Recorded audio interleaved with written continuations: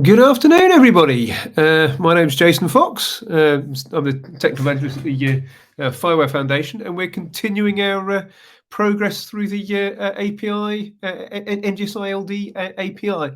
Today's presentation is going to be split into three parts. Basically, it's a grab bag of all the other bits of the API which I didn't cover in the previous basic session. If you can understand the basic stuff, you've got CRUD, you've got subscriptions, you've got registrations. In the basis of that, then you've got about 80% of the API. You've got it usable. You can say apply NGSI V2 knowledge directly into the system, and you'll get some sort of value out of it. However, the API is a living specification. You can download versions of the API specification from ETSI, the European Standards Organization. And what we've covered so far, broadly speaking, is the API versions 1.0 up to 1.3. That will give you basically what we've got. Fine, not a problem. Now, there is a release of the API specification about every 6 months. And what I intend to cover over the next 3 hours, 1 hour sessions, is the parts of the API which have come in the last 2 years, basically, and try and give you some idea as to when you might want to use these things, where you can find not necessarily all brokers will support all of this functionality, but this is all functionality which is available in the current 161 specification. No, is it 161 or 162? It's 161, isn't it? And then, therefore, even if a broker today hasn't got a release which covers something, they will be working towards that area. Obviously, this now means that you need to work out which particular context broker you want to cover that particular system, or whether you can wait a little bit. Now, the problem I have with this the presentation is that obviously things keep changing, but once it is written in the specification, it is written in stone. So this is now something which was originally a concept which was brought into the Orion LD broker, which has now been accepted with a few minor modifications into the 161 specification, and therefore will be used or available in all brokers. For those of you who want to go for the latest bleeding edge, there is a 171 specification which is currently in progress. I believe it's probably likely to be published beginning of January. So that will be really, really latest. But this will cover stuff which is likely to be already there in context brokers. So let's see if I can get my slide deck to run for you. Okay. This is NGSI 161. What I covered on Thursday was the normalized format, the format which has got all the types, properties, relationships inside there. However, there's a need to try and reduce the verbosity of the payload, make it easier for developers to use. This is fundamentally trying to make your life easier, so it's worthwhile listening. And there is frequently a misconception that all that NGSI LD is just JSON LD with type attributes. Well, that's the way we basically introduce it.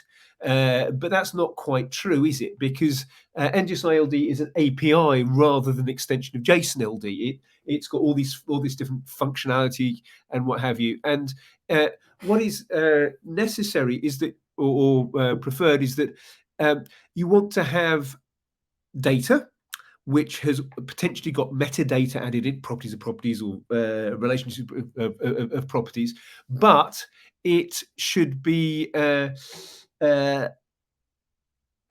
remove the redundancy, less additional information, suitable for CRUD, and importantly, lossless. If you look at the key values format, which is just attribute name, attribute value, or attribute name, relationship value, ID, that is lossy. That is lossy because any metadata you have in there just is no longer visible. Obviously, one fundamental thing about the LD API is that all payloads, everything you put into your context broker, everything you get out of a context broker is a JSON LD document. So obviously it needs to be LD compatible and it needs to work with CRUD and what have you. So there needs to be some way of just adding in simple values. And this is it. If you look at a normalized property, it's a, say, temperature, it's got a type property and a value 100. Okay, well, you should realize that value, of course, is a standard keyword. So the fact that value exists means it's obviously a property. So value can be the indicator rather than type property be the indicator. So if you look below, you can actually say, okay, well, if I'm a concise property, I don't need any of this type nonsense.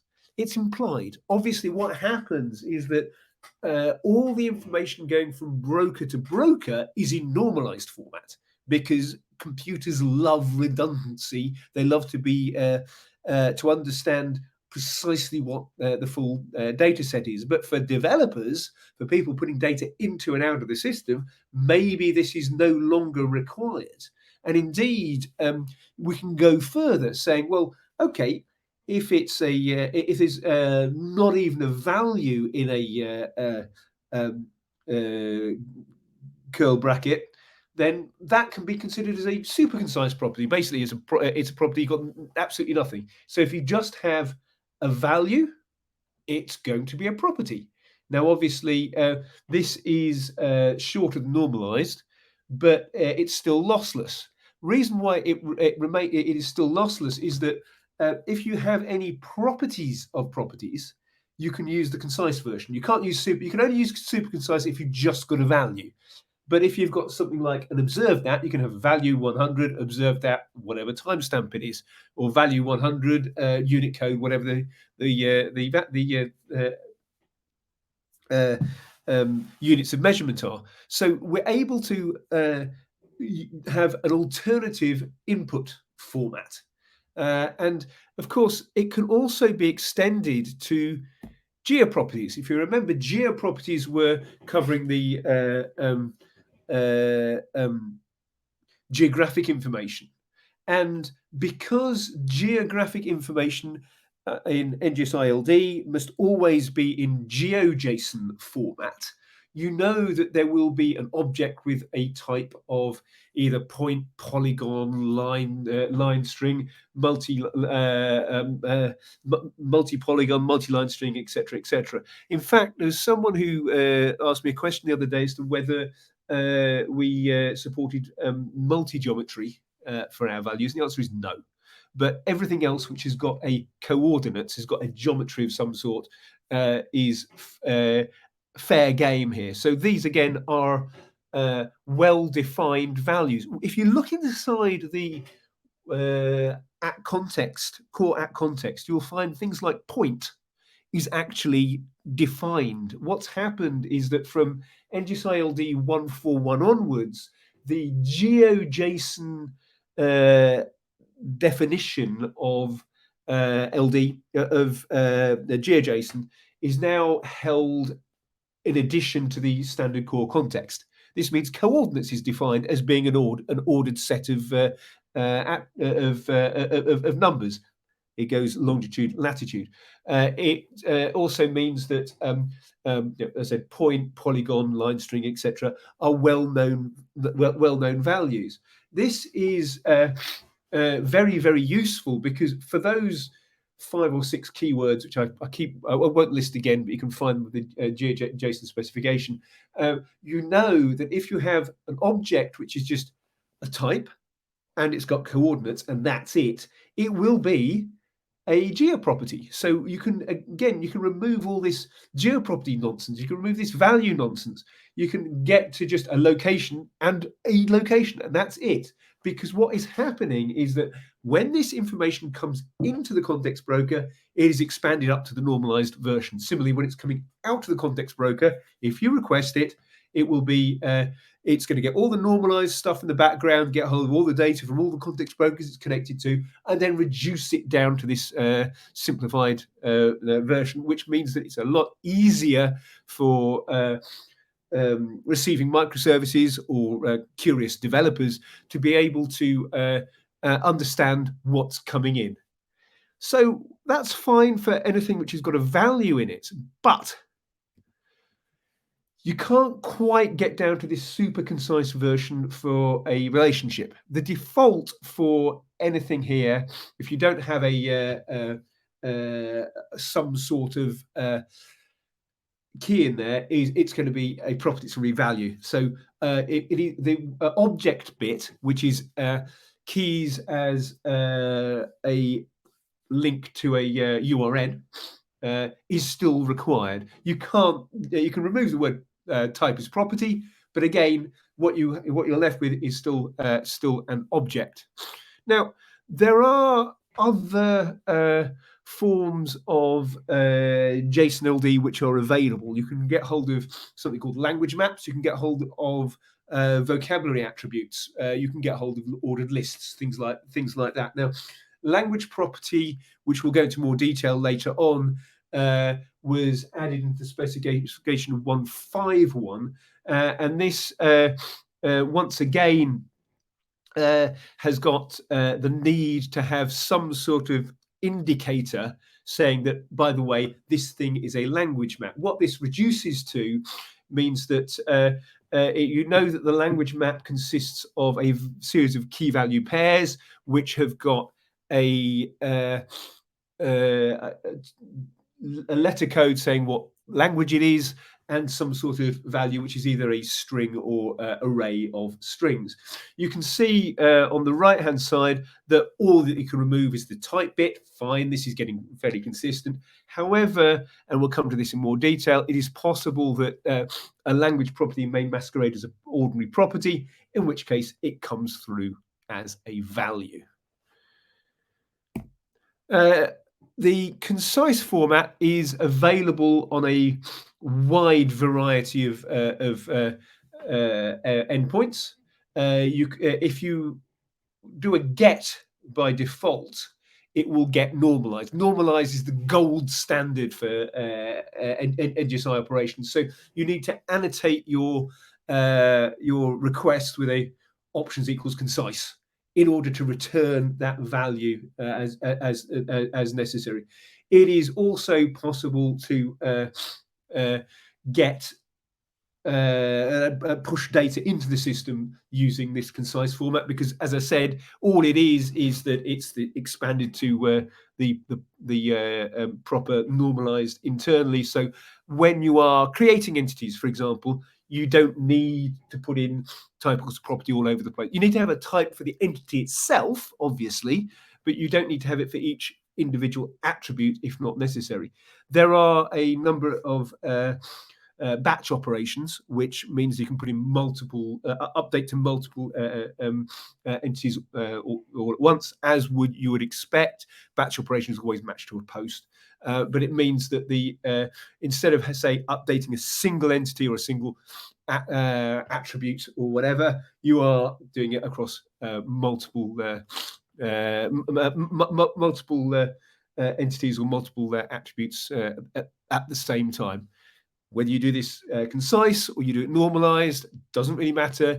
Concise is just a variant of normalized. There are several new context broker operations added in NGSI 161. They aren't particularly spectacular. They're kind of what you'd expect. So I'm sure this is going to be revision for everybody. I'm sure you understand what the standard HTTP methods are. They get more and more obscure. Not very many people use trace or head, but obviously get, post, put, push, patch, delete, all have standard semantic meanings.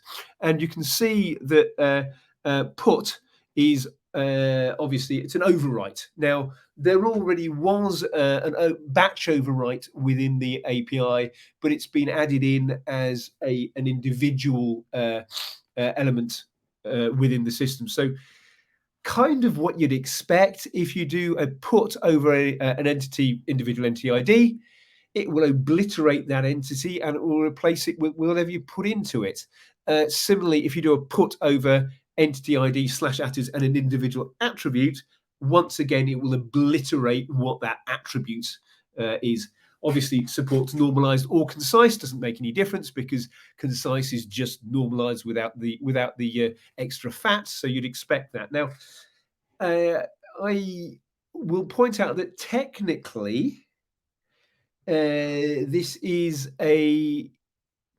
almost a misuse of the HTTP verb because for those of you who like really clean APIs, then you would prefer that the put operation is totally idempotent. It is not. All the data you put in is absolutely idempotent. However, it is possible to get hold of system attributes of the system, and the system attribute obviously won't the system attribute will obviously change whenever you modify that. Will change whenever you put things multiple times. So if you put the same data multiple times, the latest modified at is actually the last time you did the put operation. Reasoning behind this is quite simple. As far as the context broker knows, the most recent information that has been received is based off the modified attribute, unless you put in observed at, which you may or you're not forced to do so. So therefore, if it's received data at 5 minutes past 3, and then it's received data at 10 minutes past 3, it's got this ability to think, hey, it's actually more likely to be current than it was beforehand. The only way you can do that is that if every single time you do a put, you're actually updating the modified, which means it's no longer idempotent. But obviously, the attributes, the data you're pushing in yourself, is idempotent. There is, and always has been, indeed, back to NGSI 1.0, there was a batch operation which could do this. You could use the update endpoint and just say overwrite, and it's just doing the same thing. Instead of doing it over a single entity, you are now able to do it over multiple entities. Is it of use to you? It may be. It depends on what you're trying to do. Obviously, when you are trying to sell an API to people, it helps if it does things the way that APIs are supposed to work. And this is obviously adding in the additional information which was not there previously. There is one additional patch endpoint which has been added into NGSI 161. Now, there is a difference between this patch endpoint and the other ones, but you can see there are now three places you can patch. You can either patch an entity, or you can patch /attrs, which is a partial update patch, or you can patch an individual attribute of the partial update patch. If you just do a merge at an entity level, you have a payload which is a delta of the attributes. We'll see this in action a little bit later on, and that is squished into the rest of the existing entity.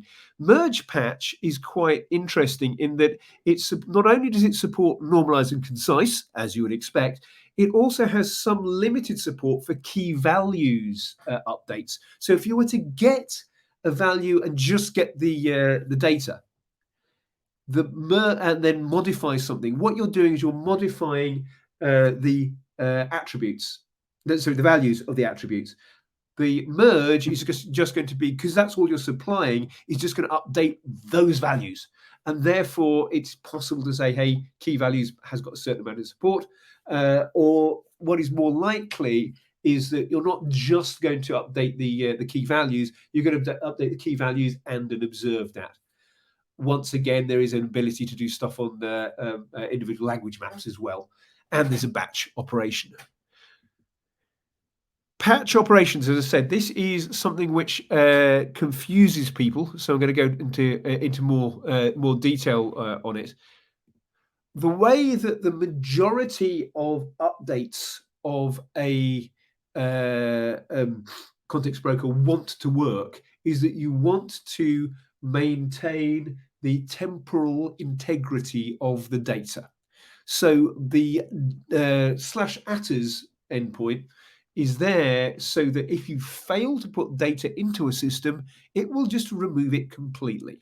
You can see here we have a temperature sensor with a single attribute, and we've got metadata. We've got things like observed at. We've got things like unit code. Now, if you do a patch on that attrs, it will update that value. Everything under temperature will be obliterated and replaced with whatever I've put in there. So you can see in this particular case, because what I'm putting in is missing unit code has been removed from the resultant entity. Now, because it's a patch, it's a partial update. If there were other attributes, like, I don't know, the color of the sensor or the name of the sensor, what have you, that would not be changed. This is the difference between a patch and a put, which is what people would expect. However, it is an overwrite on the attribute level. If you go down one more level, it's an overwrite on the individual parts of that attribute. So obviously, once again, we've got the same temperature sensor, and it's got unit code and value and type. If the payload, you can just look at the payload, it's only got type, value, and observe that. It's no longer got temperature. What this is trying to say is it's saying these values get overwritten. So in this particular case, you could see that the value would be updated to 100, and the observed that would be updated, but unit code would not be removed. This is the idea behind a partial update. Other attributes are not changed because obviously by this time, if you look at the URL on the top of the page, we're saying, I wish to change the attributes of temperature. If temperature was not found, it would be 404, of course. With the new merge of the entity, it's kind of a mixture between the two. What it's saying is that here is my payload. These are the bits which I want to change, and these are the only bits I want to change. Now, it's a merge of the of the two together. Obviously, the fact that you've only got one verb patch makes it a little bit trickier to try and understand, but it does work this way. So if I've left observe that out, observe that won't be changed. Now, this might be an advantage. It might not be an advantage, because remember, you can get a temporal a trace from a context broker if it's supporting the temporal interface. So what we've done here is we've just changed the value. We've left the observe that alone. It means we're not changing the observe that. This is the reason why you may wish to force the use of the /attrs rather than the other one. It's more of a correction type endpoint, but of course this is based off an IETF standard, which means that it's quite likely that your developers are used to this sort of format, and of course it's much more flexible. I always describe it as a forensic knife. I could change just one attribute, or I could change just one subproperty of a property, or whatever, or change one element within something, because I can just put in the payload the bit that needs to change. I am not obliged to put in the rest of the stuff. Obviously, if we were to use the concise format, in this case, you wouldn't even need the property, and even better, if you just want to change the value, again, because that would be the super concise format, we could just say temperature : 100. It would work. This is what we're showing here. Is that concise is has the ability to just update the value. So you no longer, and I'm missing the colon on the temperature one on top right. Sorry, my mistake. So provided you place a JSON payload, and obviously it's implied here that if I'm not putting in an at context, it's in my link header. I can just update those values. This is different to the way it would be for the partial update patch, of course. This is where the flexibility comes in. There is some, and I repeat, some support for key values. Key values on patch isn't going to work unless you have this flag saying options key values. Now you can see here we have a key values payload which has got one property and one relationship. Now, obviously, you need that would need to update the value of the name and the relationship object. Obviously, you cannot add in new attributes easily. It will default to it will always default to a property. So you can add in new attributes, but you can't add in new relationships in this in this format. You'd have to use concise rather than options key values. But once again, what this means is that I could get an entity, give me options key values, modify values in that response. I don't care whether they have metadata. I don't care whether this is a relationship or a language map or whatever, and I can just put them back in. It's doing an intelligent merge. Now, that the defaults should make sense to you, but if they don't, then it's your problem, not the problem of the context broker. If you try and add in a new relationship and you don't specify object, it will default as a property. Language maps, again, we'll go into language maps in more detail, are kind of like a JSON object as a value, but they have additional restrictions. So if you retrieve an entity with lang equals en, it will, and it happens to have a language map, it will retrieve the value as en. So it will, if you just want to update the English language name from Constantinople to Istanbul, you can do that if you have this language equals en. If you look at the top right, it's just saying it looks very much like key values. Fine.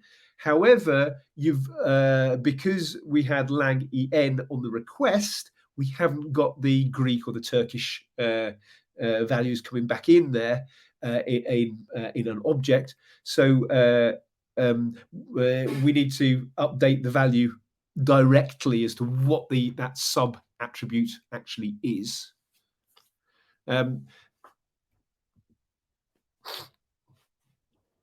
Because observed at is a fundamental requirement of a lot of attributes. You want to follow stuff over time. You can use it to work out what's the basis of this entity, where it's been in the past and what have you. There is an ability to kind of update observed at where it exists. So if temperature had an observed at beforehand, I could say in my query string as a query parameter, say set observed at to XYZ, and I could just provide the payload as necessary. If, however, I had an attribute and it didn't already have an observed at, it would just update the value directly. All this should be there to make your life easier. If you don't need it, you don't need it. We've got another 2.5 hours of this training to find other stuff which you might find more interesting. NGSI LD null and the patch endpoints. You can see here on screen the definition of a NGSI null. There is a reason why it is defined like this as a URN. And that is because every payload that is part of NGSI LD is a JSON LD payload. The JSON LD 1.1 specification defines nulls. You can put in a null using a JSON LD literal. However, if you just put the word null into a payload, it is basically ignored before it gets anywhere. It just removes. So what if you look at the value on there, it says this is invalid JSON LD. What will happen is that your parser of the JSON LD will just remove precision. Precision will not be in there.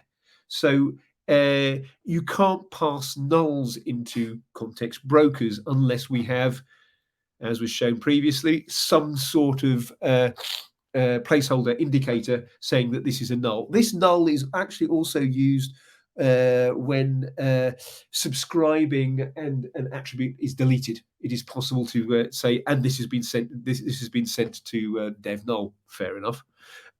So you need to have some mechanism of describing nulls.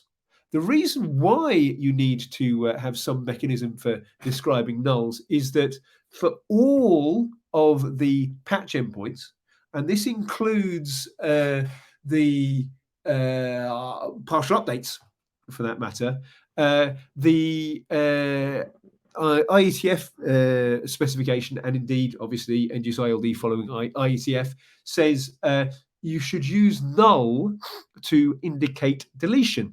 So if you had a payload which has got, say, type value, fine, and precision NGSI, URN NGSI LD null, what this is saying is update the value to 100 and delete the precision attribute if it is present.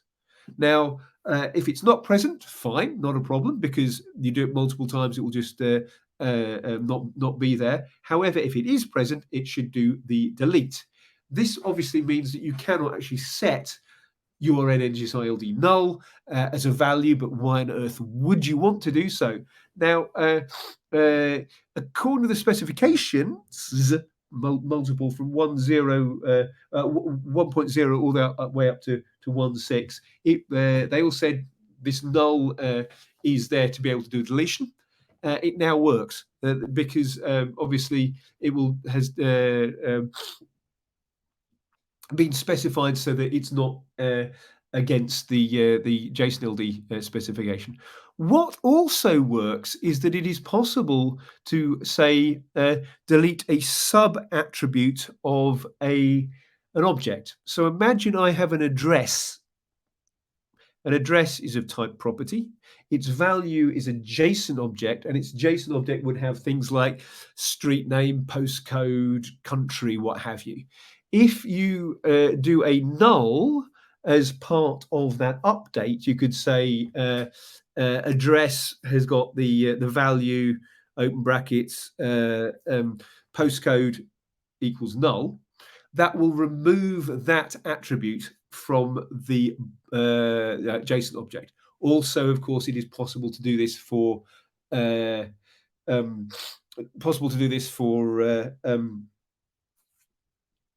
language maps. It's possible to do this for objects. It's possible to do this for properties of properties, as you would expect. It's all where you would expect it. Trying to set a type value or object directly to a JSON literal null, you probably won't need to come across this, but you can in JSON LD set something as a saying I really, really want to be a null. Is basically a bad request. Because context brokers are there to show you the format or the current knowledge of an entity. Null basically means I haven't got a clue. So why on earth would a context broker want to hold a null value? It never will. So you've got to remember when you have an entity, the entity could well be distributed. And we'll come into some of that a little bit later on. The fact that I don't know about it doesn't mean that somebody else doesn't know about it. So the fact that I have null is meaningless because obviously I could have another data source which could know about it. So nulls are generally weird and unnecessary for context brokers. So that's why it's a bad request. So that's the first part of this ragbag collection of various bits and pieces to do with NGSI LD. I could show you some of the elements in action. A context broker. Yes. Let's start up a context broker.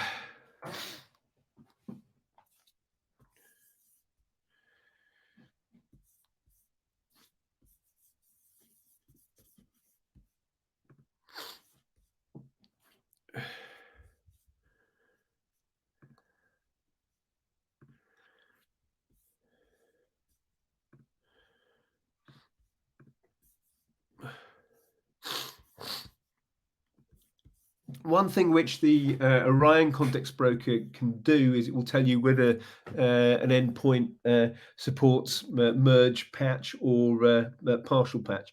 There is an options verb, and you can see when I do options, it's basically a pre-flight request, which returns absolutely nothing because there's no payload for it. However, there is a header, and the header will say which operations I can do, and it will also tell me which sorts of merge are available. So if I've got an entity like city, for example, I believe it's already in there.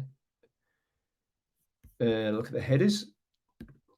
You can see that in this particular case, I can do get, put, delete, patch, and options. And you can see that I'm actually accepting 3 different types of patch. I can accept application JSON, in which case the at context is in the link header, or I can accept application LD plus latentation, in which case it is in the body, or I can accept this weird application merge patch plus JSON. That means that that particular endpoint, which is entity plus ID, is actually capable of doing this merge operation. If I now look at, say, the attributes and city/attrs, the attributes endpoint, and do the same request, again, it's an options request. You just curl options in the endpoint. You can see it's just nothing particularly clever. Again, there's absolutely no body. But if I look at the headers is just the other two for the accept patch. All this is standard HTTP headers. This is all standard stuff you'd expect from a well-defined microservice. I will create my entity. You can see I've got various attributes here. I've got a temperature property. I've got a location. I've got a population. I've got a relationship. So this is the city of Istanbul, and I've got some sort of administration. Oh, it already exists in my system because I've done it on startup. I could do the same for the second city, which I've got Rome. Now, if I do an overwrite, a put, because it's in blue, you would expect that the whole data of city 2 will be overwritten. As I said, at the moment, I've got with city 2, I've got multiple attributes, multiple. Have you overwrite with just a limited set of attributes? That would, and I do a get. I think I can do a get of city 2.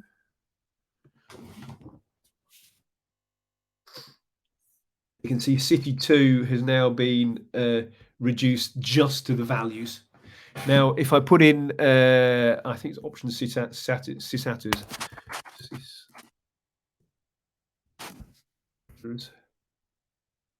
I also get them modified and created at, and as I said, that one would change each time the value was updated.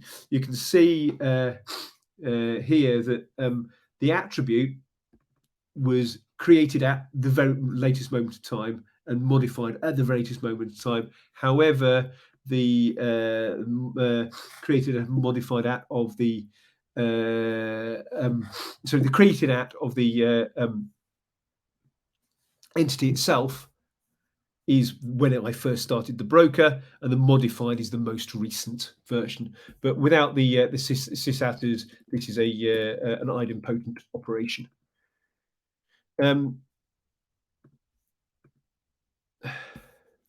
As I said, with merge patch on the on a parts of an entity, I can go here. I want to set the temperature to 20. I want to set the location to Berlin rather than Istanbul.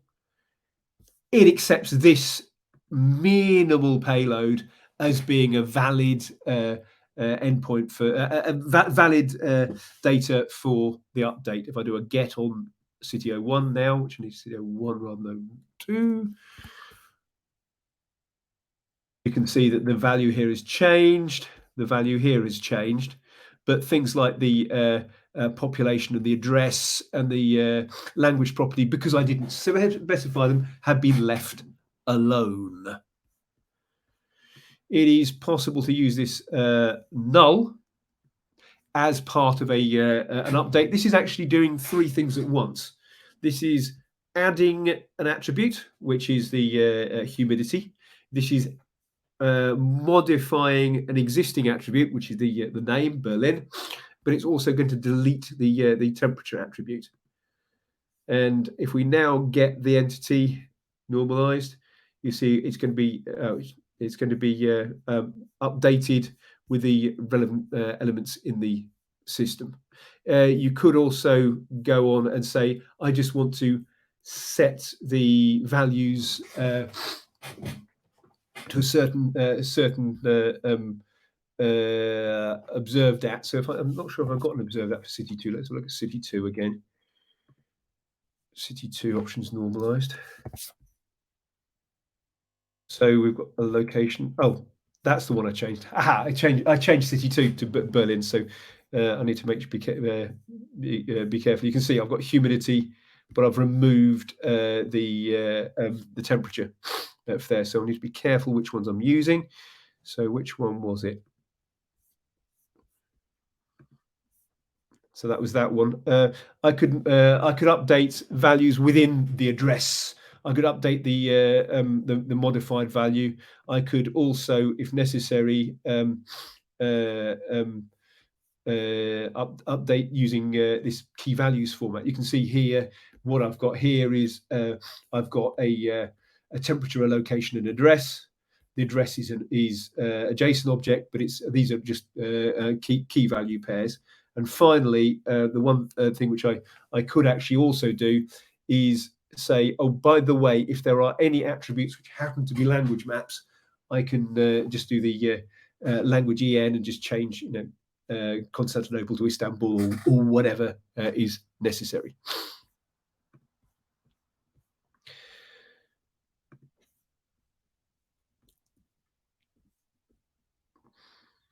You will see, as you would expect, there are lots of endpoints for post-patch import. I won't go into the details of CRUD, but obviously you can see that you can, as you would expect, when you create an entity, it's going to be post, and you could also do this using the concise. So if I was to create a temperature sensor, for example, I could just delete that value there and delete this value here, and it will still work these out as properties because it knows that that's a value. If I was to now read the temperature sensor 1, and I'm doing that, there we go, sysadders for some reason, but you can see that it said, okay, that category is actually a property because I'm doing stuff as you would expect. So that's the first part of this system. Let's see if there are any questions in the chat.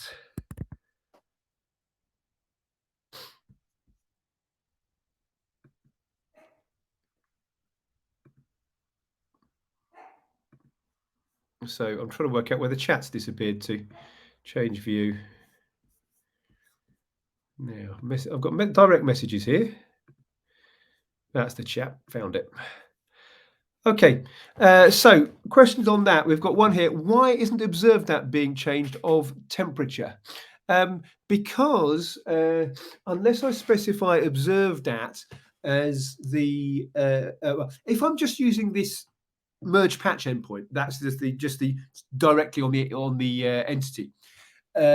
And I don't specify the parameter observed at as part of the query parameters.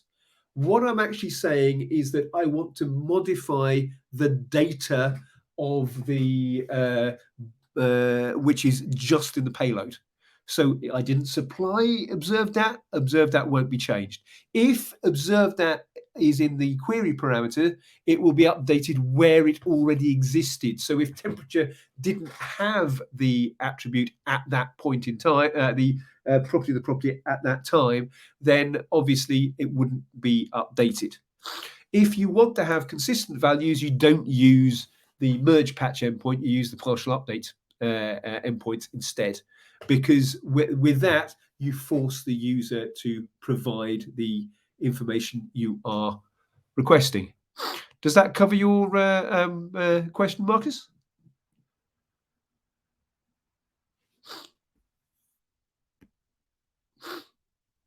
Are there any requirements regarding date times? If you look at the NGSI LD specification, which you probably won't do because it's really rather boring, it states that all date stamps are UTSC dates. Now, I'll just bring this back up again.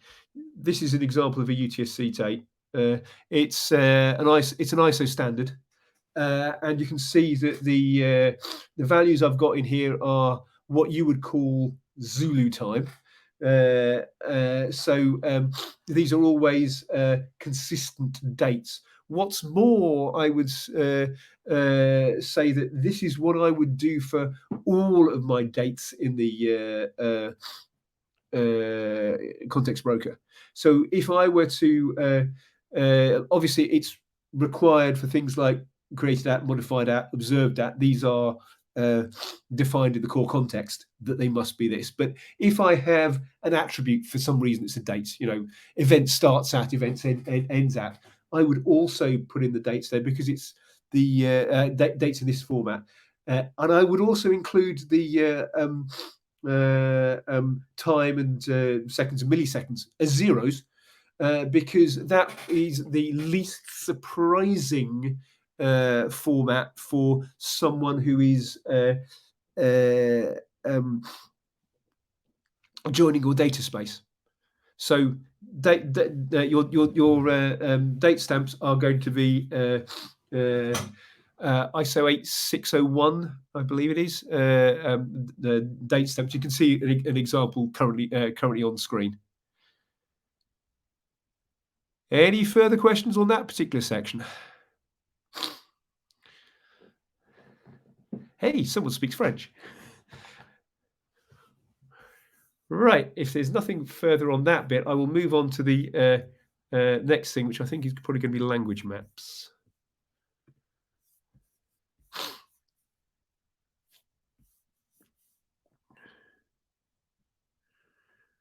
Right. Just briefly stop sharing whilst I get myself sorted out.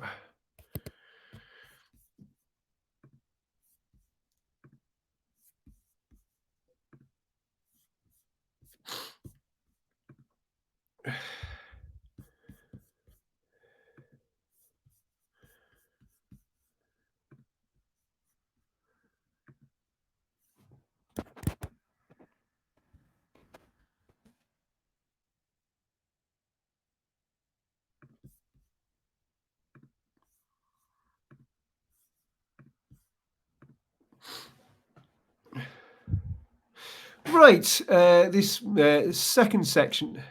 Wait a minute. There's a question before I get any further. What if the user defines a property name created at? It will be a bad request, or the specification at the moment. I think the wording is strongly discourages, but it really is not something where you would end up with a well-defined attribute. As I said, the core context itself defines a series of terms like property or type, which is reserved for the API. And if you start trying to do stuff which is against the API, it's your problem, not mine. So, moving on to the second presentation. This is actually based off the uh, presentation I gave for iShare this time last year. So things like the merge patch stuff wasn't in the specification at that point, but obviously it's important to try and keep the training fresh. So I'll try and cover that next.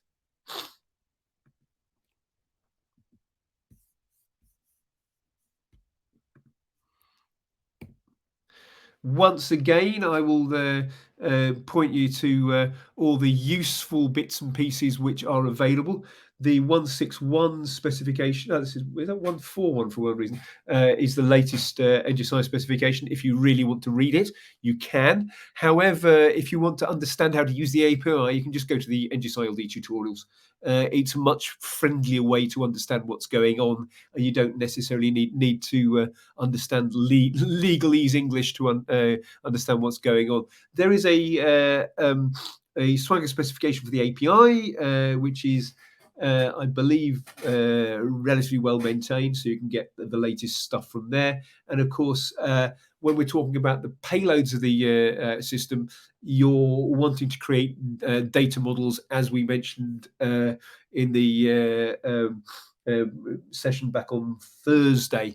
There are guidelines as to what to do, what not to do. There are guidelines from ETSI as to what to do, what not to do.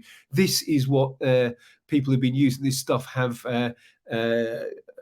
generally found to be useful. How you define a relationship, where you need to define data and what have you. And obviously, it's a good thing to follow. There are some NGSI LD specific headers. For those of you who are familiar with NGSI V2, there used to be two headers, one called FIWARE Service and one called FIWARE Service Path, which was confusing, slightly confusing. But this has been replaced by one header and one attribute on an entity level, put it that way. The equivalent of FIWARE Service Path is NGSI LD tenant, and it means that if you put that as in your header, you are dividing your data into a separate backing database. So if I don't put it in there, I just use the default tenant, which is blank. However, if I put in JSON as my NGSI LD tenant, only JSON's data is available there. What this means in the back end is that a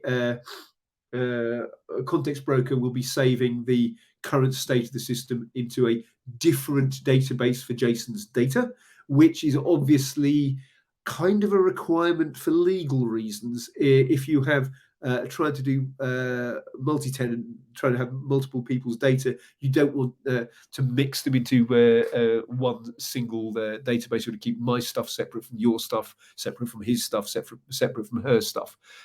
Scope we will cover in more detail later on, but effectively it is possible to have a hierarchy of data. And you can make requests which are limited down to a certain part of the data. I said I'll deal with scope later, so keep that bear that in mind. The content type header, as I said, for the input only, is restricted to application JSON and application LD plus JSON. And the only difference is whether you have this lovely little @context thing directly in your payload or directly in a link header. I would always say use the link header. Why? Because then you can set up an @context which actually has got that value in green inside that link header, and it can then be passed on as proper JSON LD elsewhere. The default is application JSON for the simple reason that if you have an error code, the error code will be application JSON. It won't refer to your LD at all. Now, I would prefer, as I said, to use the less verbose format, because obviously it reduces the size of your payloads. It means your traffic is faster, and so on and so forth. Now, at the bottom, you can see the definition of a link header. This is coming directly from the HTTP definitions, and as such, it will. It's got this format with the angle brackets and a definition of what the file is. The bit outside of the angle bracket is always the same in any link header, or always the same format in any link header, and is always the same for context, because the rel is defining that this is a context header. So it looks a bit more verbose, but it's only the bit which is the path to my public server with my personal context. If you remember when I was defining my farm the other day, I said I needed to map these short names to those IRIs. This needs to be put somewhere on a public server so that when someone is joining my data space, they can access what these attributes actually are. This is why this needs to be on a public instance. You can see I'm going back to the definition of a John Lennon resource as a type of person. This is the example which is used by the JSON LD people, and all at the moment this is a normalized format where you've got this property type and value. So type is property, value is whatever, or relationship type of relationship with object which is in there. There are multiple formats you can retrieve your data from, and you can notice that once again you've got the JSON and JSON LD. This is on the accept header rather than the content type header, obviously, but you also can get a geo plus JSON. This was the major change for the 141 specification, and the main change was that, as I stated, the GeoJSON LD at context was merged into the at context of the API itself. There was also necessary to change the use of the word properties to property names in subscriptions, because that was a clash with GeoJSON. But basically, everything you do with GeoJSON, you can get into an NGSI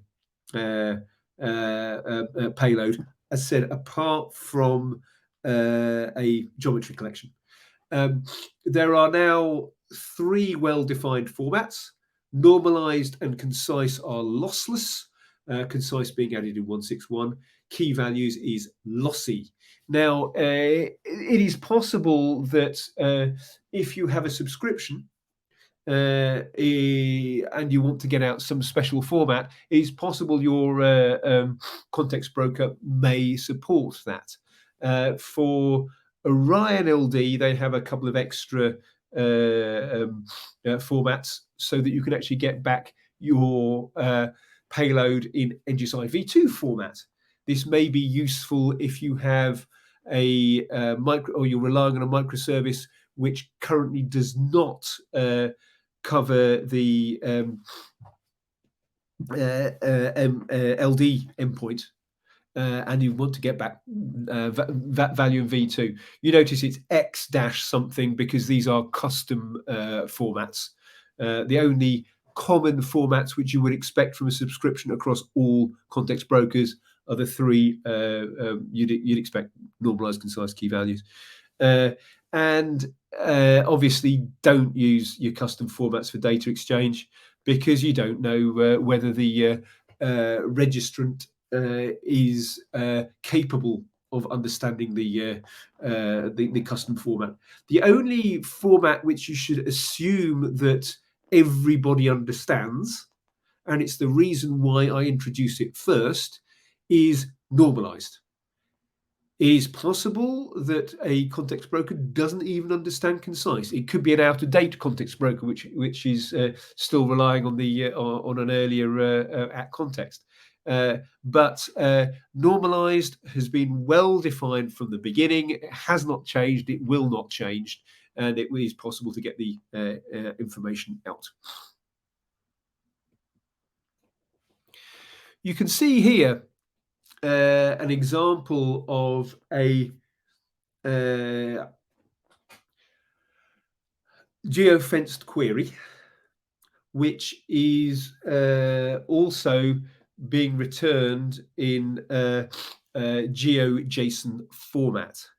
Now, let's go through each of the attributes, each of the parts of this query in turn, and see how they map to the question. The question is, give me all animal entities which are pigs and calf, which are within 2 kilometers of a point somewhere in the middle of Germany, in the middle of Berlin, as it happens, and return the value in GeoJSON format without an context.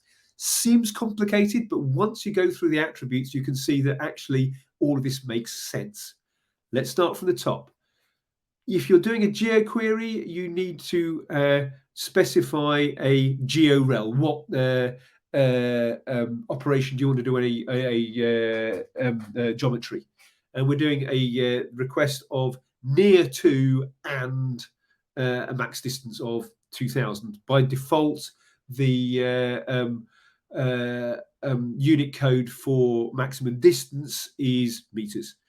So that's going to be near to 2000. You could also have things like intersects if you're trying to do something with polygons. Obviously, it depends near to what. Well, you're near to a geographic point. So if you're near to a geographic point, you put a geometry of point. Now we need to specify where. Fine. So that's your coordinates. Your coordinates have got this 5b, 5% 5b, percent 5d in there because this is URL encoded. You would expect that if you're doing machine to machine, it will do that automatically. But I'll put that in there just to really drive the point in. So that would get you all entities within an area, but we're going to narrow it down. We're going to narrow it down by saying, okay, we only want a certain type. Well, that type could also be specified as a comma separated list or format the Q parameter or whatever. But we're just saying of type animal. Okay, so we're going to get all animals. But we want to go even narrower than that. There is an animal data model in the agricultural data models. Now, obviously, what animal means is it's going to be URI, which is a huge long string, but I'm just sending animal, and that will be defined in my my link header. Now, within this animal model, I've got pigs, I've got cows, I've got sheep, I've got whatever. I want to narrow down the returned entities, and obviously, this is the right way to do it to try and to reduce the amount of traffic you're going through your system. I would just get elements of Q, which is the Q parameter is the general filter. The general filter will then say it has got an AND operation, which is on the semicolon. So I'm having species of pig, again in this time in double quotes, URL encoded, reproductive condition in calf, again in double quotes. Now, both of those attributes, the short names, again would be in my at context, because as far as some server not under my control is concerned, it is a full name of whatever this IRI is. Okay, so moving down, we've done the Q parameter options key values, as you'd expect, would just give me the data, doesn't give me the metadata. Now we move on to the headers. We've come across the tenant. A tenant called OpenIoT, whatever. Is that just for that particular user, that particular farm, that particular farmer? And now onto the accept header. The accept header is saying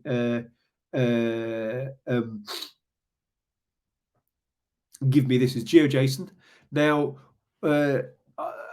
if you remember, there's except JSON or except LD plus JSON. There is no equivalent of except JSON except Geo plus JSON of LD plus JSON for GeoJSON.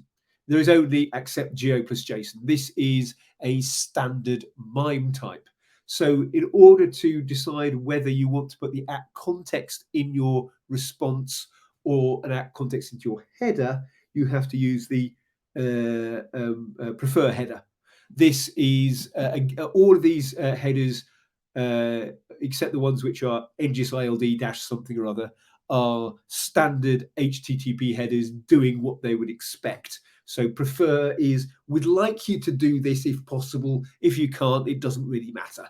Okay, so we're saying prefer body is JSON as opposed to prefer body is LD plus JSON, which would give you back the values in GeoJSON LD rather than GeoJSON. What is the response from this? It looks like this.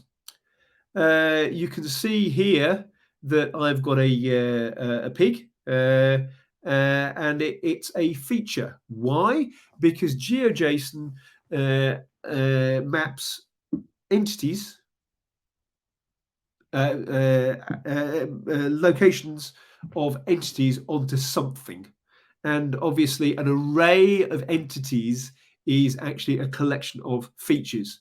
You don't know beforehand how the location of the relevant entity has been defined. It happens to have been defined as a point in this case, but the location attribute is a geo property which could hold anything from polygon to line string to whatever. So what we end up with is a geometry on that particular attribute. You notice that all the attributes of the entity are down as properties within the feature. Key value pairs, as you can see, all the values are nicely in there. This means that if you throw this into a GIS system, you will end up with something which can just be displayed directly onto a map as a map layer. GeoJSON is only an output format. Why? Because there is no concept within GeoJSON as to what is a relationship. It's just got structure of saying, yeah, this is the value which goes onto some sort of some sort of location. It doesn't have things like language maps. It doesn't have things like defining things as relationships. Everything is basically by default a property. So it makes no sense whatsoever to use it as an input format, but it should be possible to do it as an output format. If you were to request instead of the slash entities endpoint, but actually have an individual entity like the pig, animal 16, it would be possible to retrieve this as a single feature. Now, next point we're going to cover is the temporal interface, but I'm getting a little bit dry of throat. So what I suggest we do is I answer any questions on that particular section, and then we take a very short break whilst I make myself a cup of tea. So, any questions on GeoJSON yet? Might be stupid, but okay, right. So Marcus is asking a question. Might be a stupid question, but in the John Lennon example, why were there two contexts and why was there no person context in the payload link header? Okay, let's go back to that. Where's John Lennon? Okay, right. You can, within the body of JSON LD, supply multiple contexts. What happens here is that the first context is processed and the second context is processed after that. So if my data models context had an attribute called name and the core context has got an attribute called name, you'll get the core context version of this. So you will always have the right thing. You could put a single value in there. You could put in an array of values in there.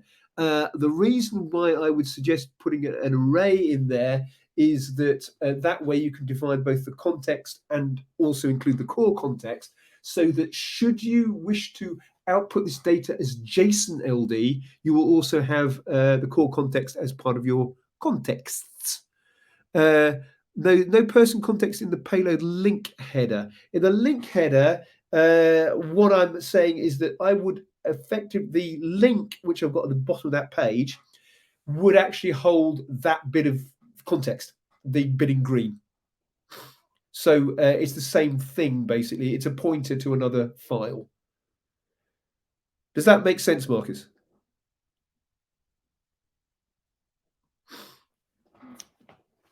This is more how do you deal with JSON LD? Kinda. Okay, kinda, because I thought you needed to. Yeah. What I do, what I think everyone who uses LD does, is you define your world into a file, and then you just use the link header and point to that. Because as far as I'm concerned, I want to use all my preferred short names and I just push it straight up there. It's when someone else wants to deal with it differently, and we get, I think I have a slide on expansion compaction later on, that things start getting a bit tricky.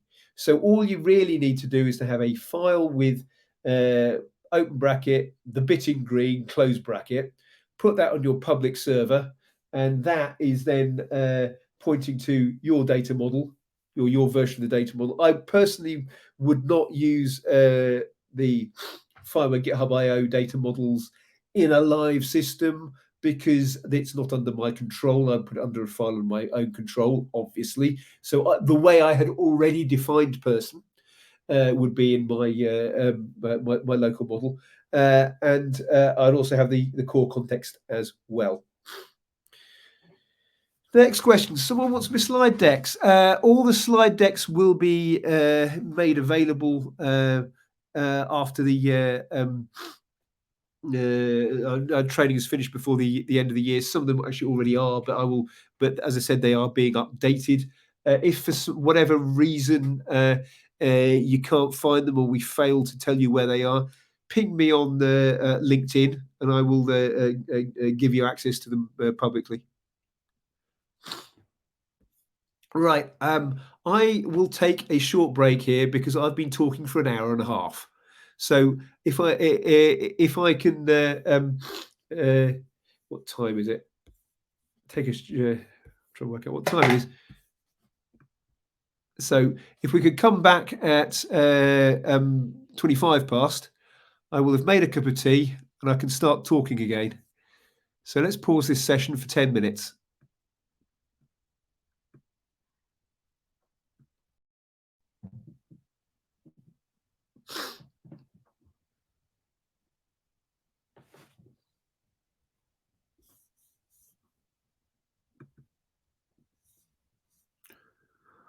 Right. Good afternoon again, everybody. I've got a kind of corollary to the previous question, which we're going to solve before we move on to the next section. The question is, in the John Lennon examples, I checked both LD files supplied in your at context. I can't find the person there, and look at schema.org, don't see born attribute, blah, blah, blah. Right. The definition on the slide here is illustrative rather than demonstrative. And therefore, what I'm trying to get across here is that I would have as my first element of my context, my definition of the world. And the second element of my context, the core API. Now, hopefully, my definition of the world would have a name, a board, and a spouse. Because I am saying that these short names I've got here are aligning with various long names. If for some reason my context is omitting something, it means that, let's say, born doesn't exist. What will happen is that there is a command at the end of the core context file, an @vocab command, which says if you haven't defined anything else, use this path as a prefix to the short name. So it's what would happen is that the attribute in question would fall into the so-called default context. it would still exist in a context broker. It could still be retrieved, but isn't particularly useful as far as data sharing is concerned, because obviously if you are bothering with data sharing, you want to well define every single attribute. The use of at vocab in JSON LD is saying you will do everything else. In a well-defined world, I would have everything. Yes, yes, and yes again. The reason why Alberto and I well, the reason why I started off with defining JSON LD and then Alberto came in and said, this is a way of defining your data models, is that fundamentally, when you are dealing with data sharing, you need to define your world properly. You fail to define your world properly, you will have problems. But obviously, this is just a slide deck rather than necessarily a free conversant example. If you look at the examples within the NGSI LD tutorials, every single attribute is well defined. Right, let's move on. I think that's where we were when we temporal interfaces. Right, I'll have another sip of my tea. There is a temporal API which is optional to context brokers. That being said, I believe all context brokers that I've come across are able to support it. Orion LD does not support it out of the box, but there is an add-on called Mintaka which can be added in to give you the temporal interface. Unlike the entities endpoint, the temporal data comes under /temporal/entities. It does kind of what you'd expect. It gives you information about recent readings or readings within a date range about what has changed within the context broker. Now, by default, as I've probably mentioned several times before, context brokers don't have a memory. They just hold the latest information about what's going on, and that's it. That's all they do. What we need to, what the temporal interface gives you is it gives you a memory, but it also gives you a headache in that obviously the tracking the temporal information means that you have a lot more additional data. You have a bit of a performance hit, and you have the responsibility to hold that time series of information somewhere, and potentially push it to storage and what have you. So don't just blindly run with temporal running. The reason why Orion LD doesn't do it by default is that you could have a situation where all you want to do is to offer your current context, your current data. Imagine you're a weather forecast, right? You could offer the latest status of your weather stations. You might not need to have the historical information coming out all the time. There is an example in the NGSI tutorials, which I can show you in more detail. So what have we got here? We've got an entity, we've got a cow, and we want to get the last, in this case, last 5 readings. These get very, very long, and you get something out like this. You can see here that I have a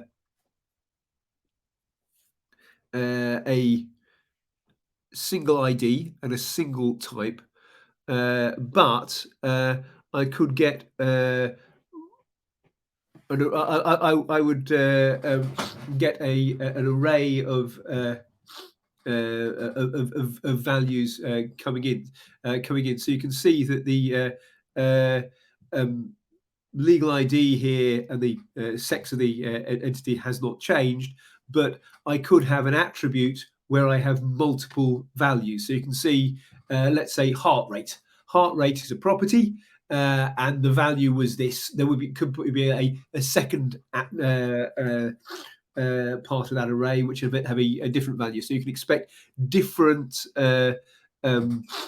uh,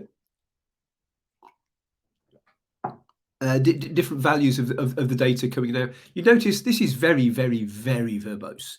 This is giving you absolutely all of the information you want, and it's also giving this thing called instance ID. Instance ID is a unique identifier for that value of a time series attribute, because that way you can potentially, assuming your context broker supports it properly, delete an individual part of a time series. You can use that as a as part of your delete request.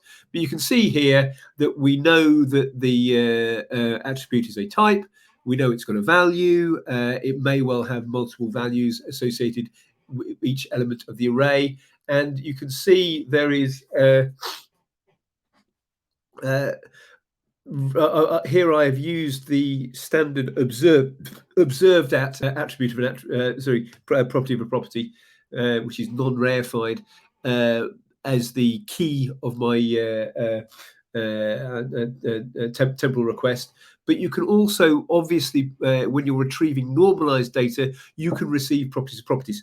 So you can see on the right-hand side in blue, I have a provided by relationship, which I have also got inside my location. So this will give me the full historical data.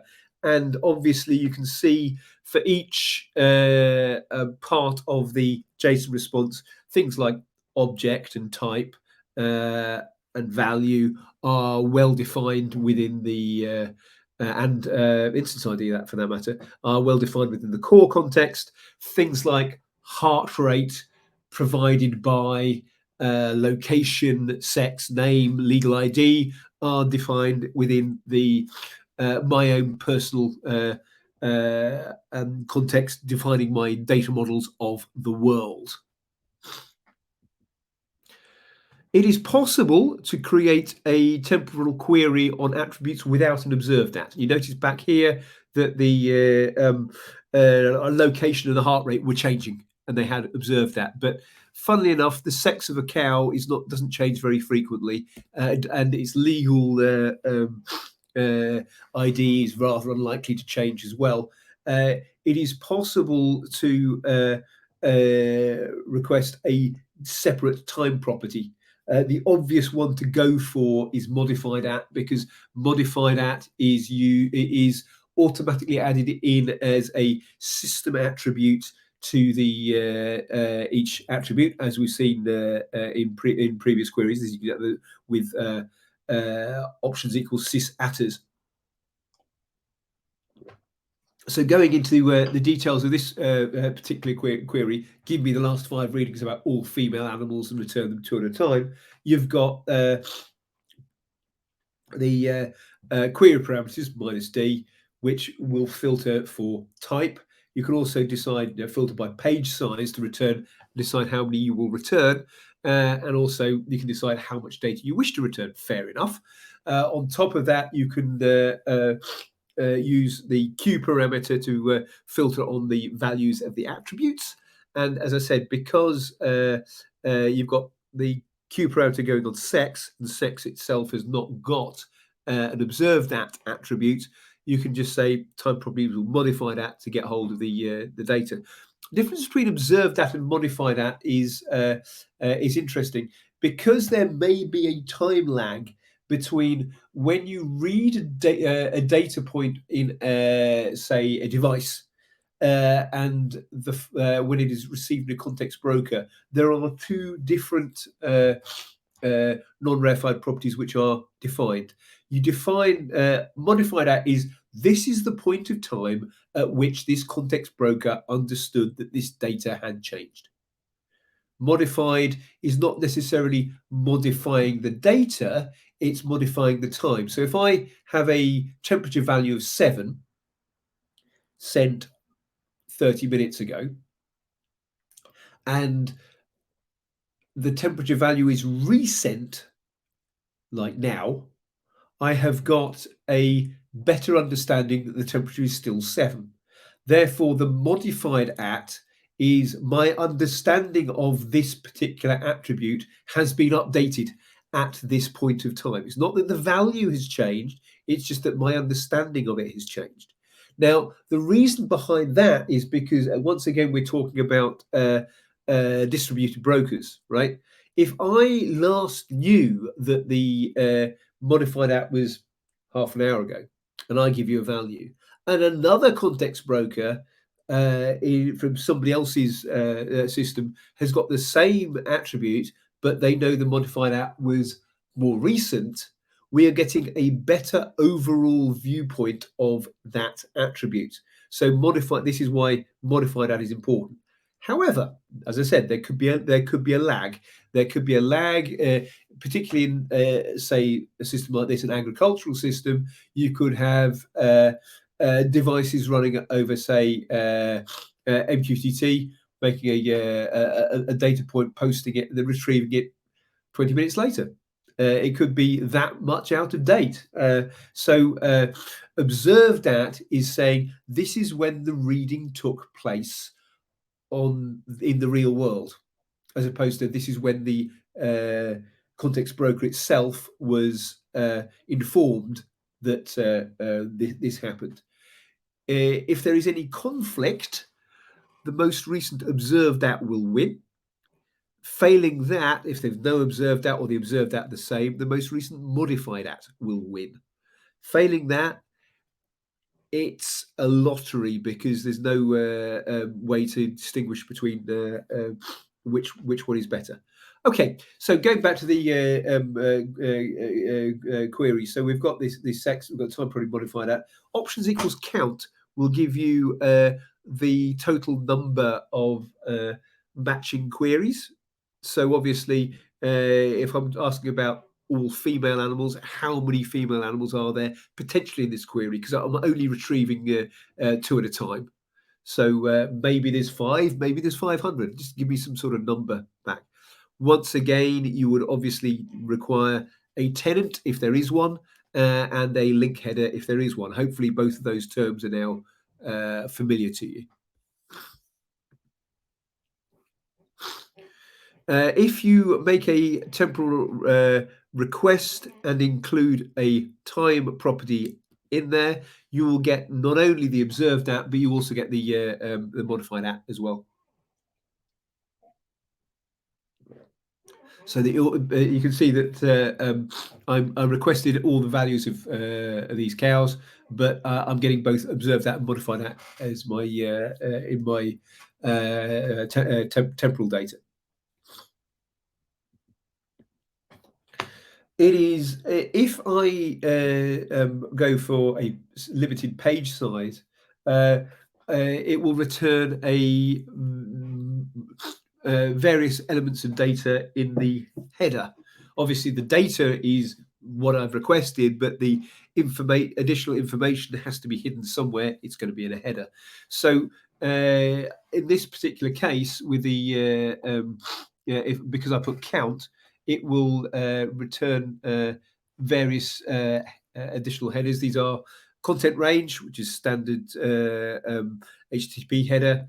Again, NGSI LD dash something is going to be a context broker specific header. NGSI LD results count is the number of potential results. Page size and next page tell us, one, how many elements we've got in there, but also what the next element which you could have requested in your pagination would have been. So if I had made a query, give me all my cows, and I just returned cows 1 and 2, and it tells me the next page starts from cow 4, I can also add in a so-called page anchor attribute as the first ID which I'm going to get. Now, this is kind of tricky because obviously in a widely distributed system, the number of elements which could be out there could potentially change. So don't necessarily assume that just because when I first retrieved the entity, there were 174 matching entities, that there could be more or fewer second time I make a request, because obviously brokers could go offline. They could become inaccessible. They could time out. Maybe I didn't get the data in time. So you need to be quite skeptical when you're retrieving these different headers. It is possible to add in all the stuff we've done with types, all the stuff we've done with uh, um, uh, geofencing with georel, geometry, coordinates, etc. But it's also able to reduce the uh, time window you're after. There are so in this particular case, we're saying give me a limited number of attributes, the attrs parameter, over devices of type entities of type device. Fine, that's the type parameter found within distance. Again, say meters of a location, but it also you can add in saying a certain time. Now, obviously, time rel is going to be either before, after, or between, and time at is the in this time the start time. You can do it as the end time as well. I think I have an example with a time window later on. So this once again would give you various attributes. There are two formats of temporal. You can see this is options equals temporal values, whereas the one I've done beforehand, I didn't put the time format. The verbose format is give you the full details. If I go for a temporal values request, each attribute is no longer. It's like the equivalent of a key values, but for temporal. In that, what each values of an attribute, you can see values plural rather than value, consists of the value and a timestamp.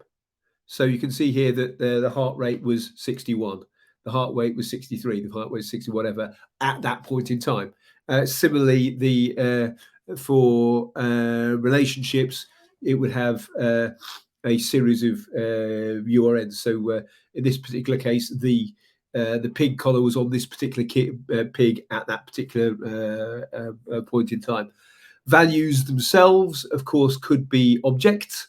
You've got an example of a geoproperty, which has got the points and coordinates. But once again, you will have the value is one part of a duple, and then the timing is the other part. And as usual, you expect the standard ISO 8601 date format for all of your values.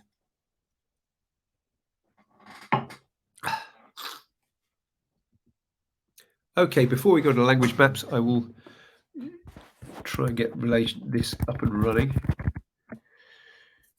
So, right.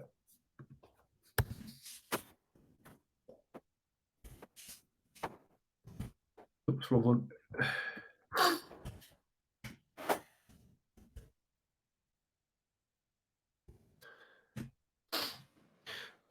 Try and run the Orion context broker with an additional couple of databases. So this is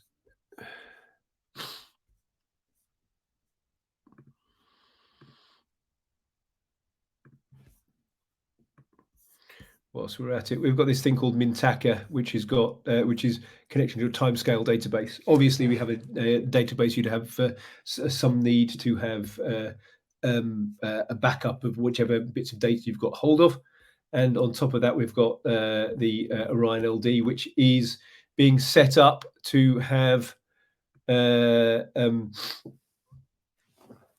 temporal information. So temporal representation of entities Troy is true, and it's got whatever the necessary links are to get hold of that information. Now, apart from that, we've just got some ordinary devices, which I believe should now probably be running. Let's have a look back here again. Yeah, we're up and running. Now I just need to make sure that I've got some data flowing into my flowing into my farm. So I'm going to have another tab. See if I can get my farm up and running. There we go. Let's start my tractor.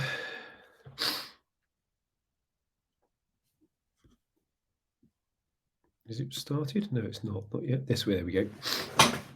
Once it started, the tractor will start moving my pigs and cows around. So you can see that at the moment I'm getting some data into my system.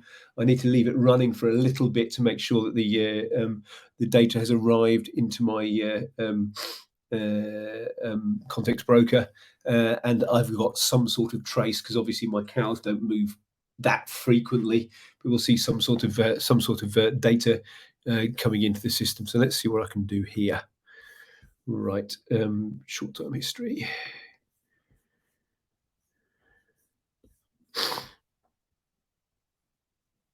Temporal operations. Here we go. So cow 1 last 5. I can would just be this. You can see I'm using this particular tenant for my my animals, and hopefully I should get some data coming through. Now, the first time I get hold of the data, it takes a little bit longer than it does every other time, because obviously it needs to do a certain amount of setup.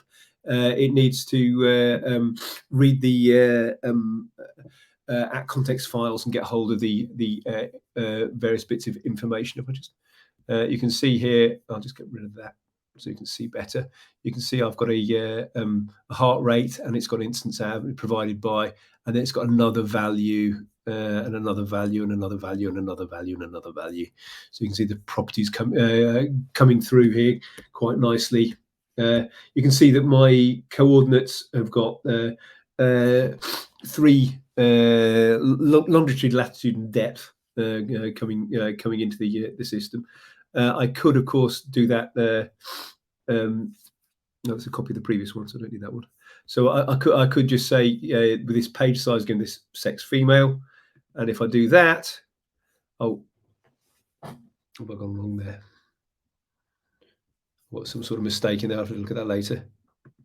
I could get the information for a specific cow, or I could attempt to get something for a building, which obviously is not going to change very much.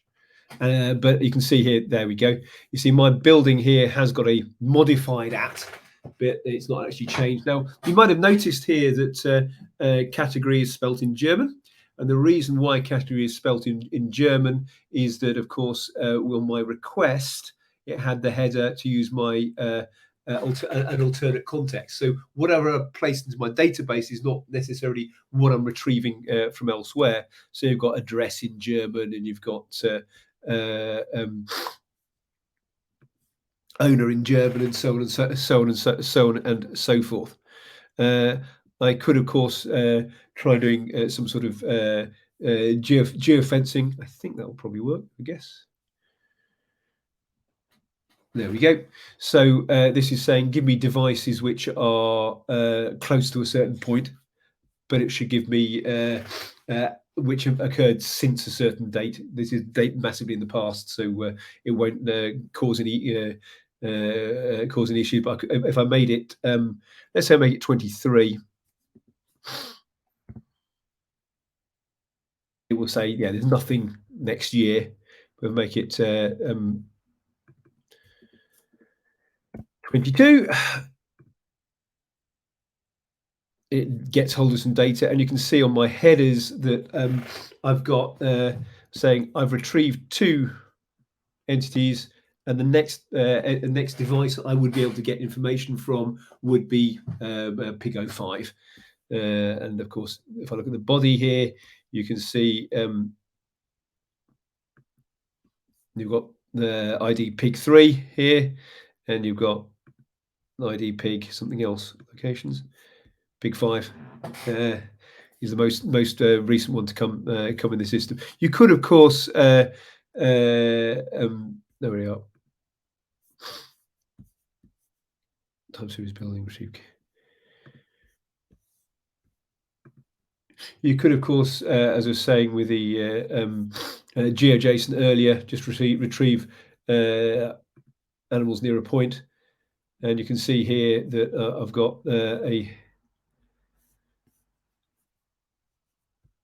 this is just ordinary animals. If I then have the GeoJSON header as well, instead of just being an array of entities, I will get a feature collection, and the feature collection will return in a different format. So you can see that the overall, we've got a lot of different ways we can cut the data as necessary.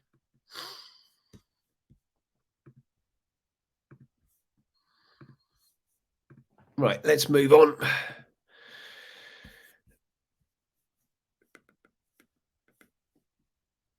Got it.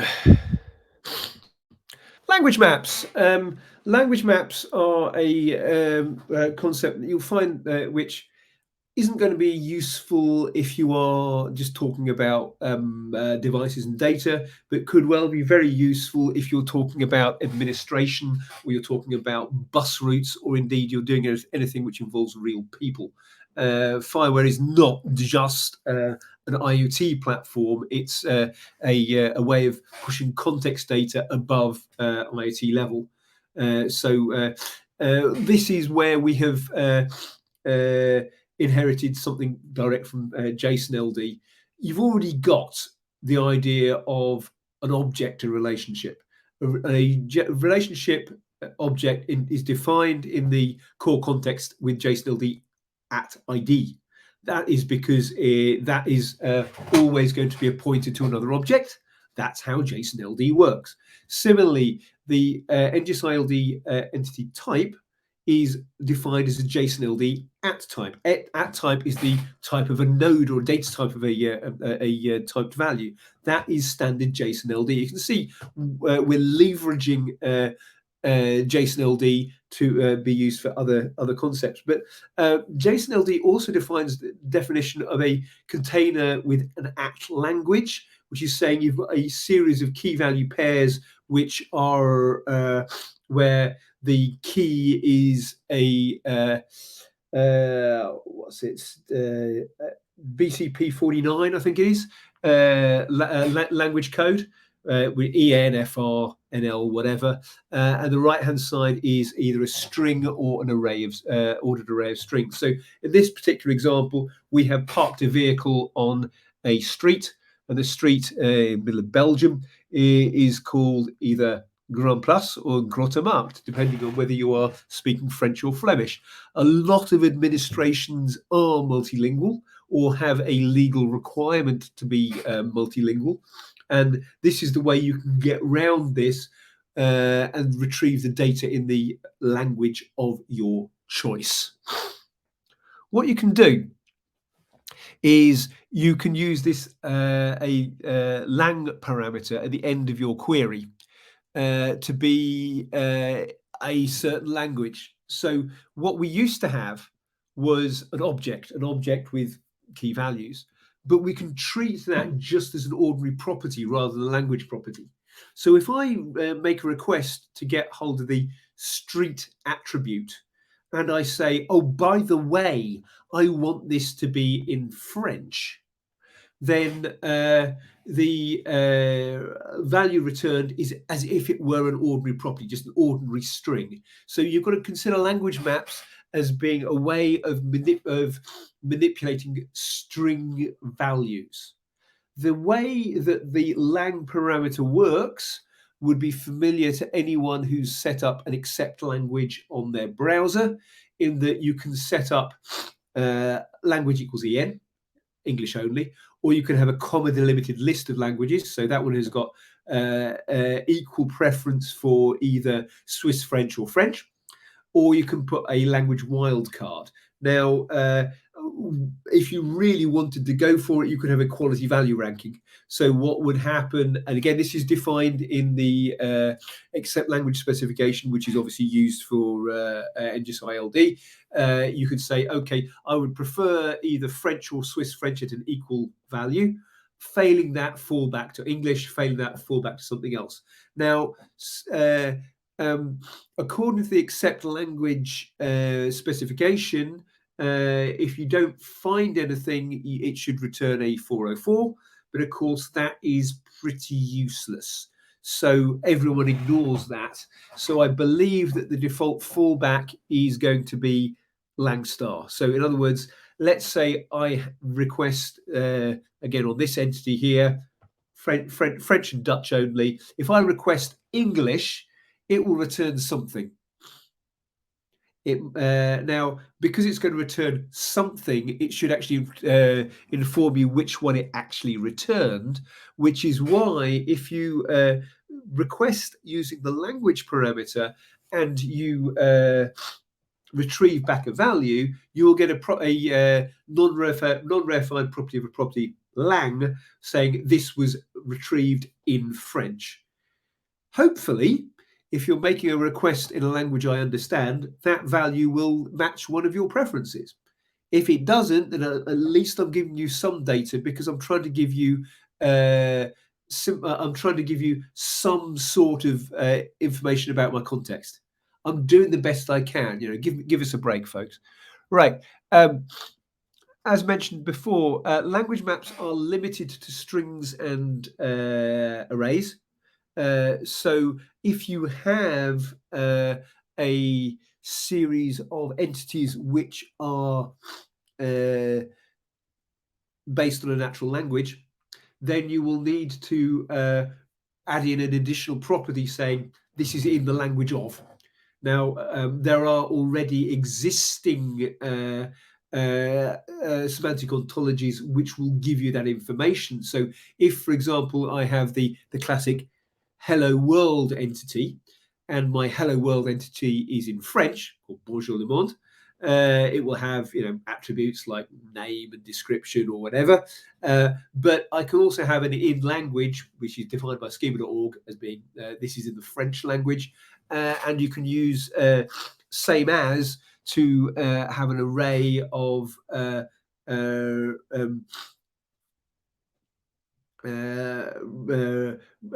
relationships to somewhere else. So I've got an array here which is in language X, in language Y. You will notice that if you look at that relationship, the same as, then each element of same as has got a data set ID, because same as is an object. An object has got is an at ID. An at ID is a single link to somewhere else.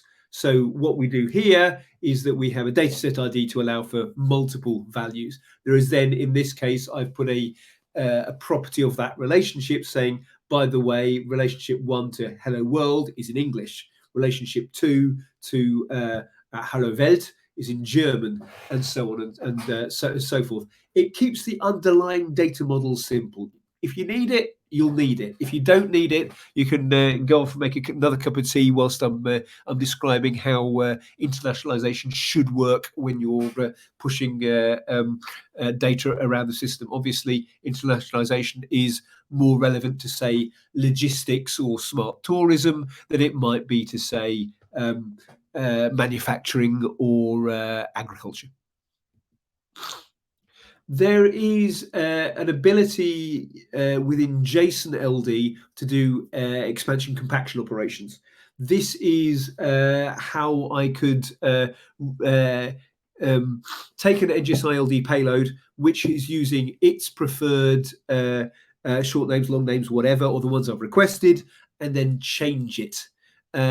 One question about this is that your resultant payload may or may not be valid NGSI LD. It most certainly will be valid JSON LD, because the whole point about JSON LD is that you can modify your payloads.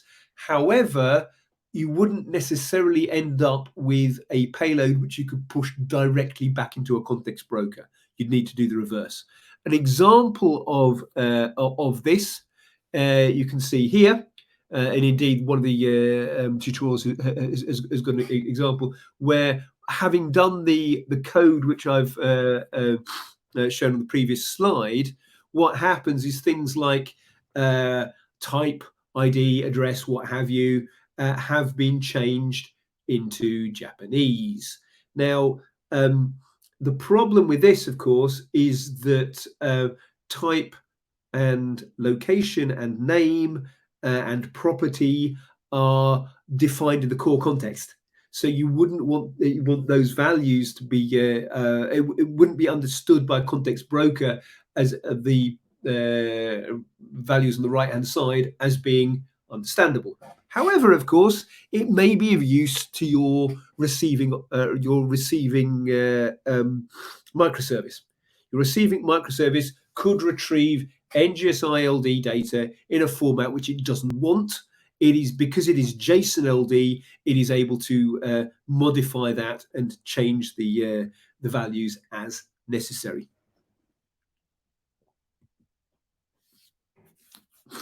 If you're worrying about collation support, if you want to get queries on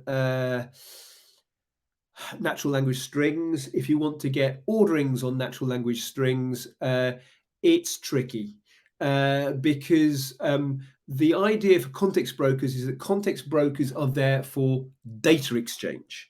Therefore, the data inside the context broker needs to follow a series of strict rules. As was mentioned last hour, dates are always ISO 8601 dates. You shouldn't have an attribute saying this is a date and another attribute saying this is an Islamic date.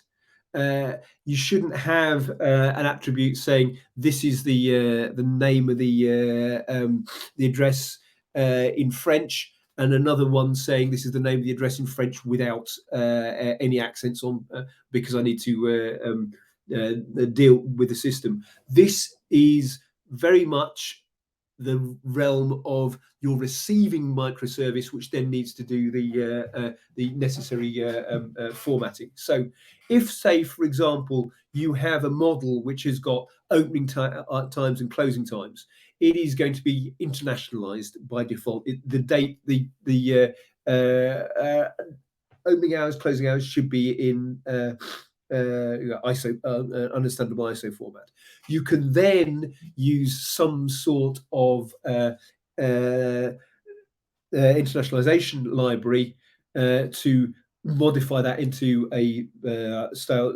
So I was saying, we are FIWARE or Vendredi or whatever it is.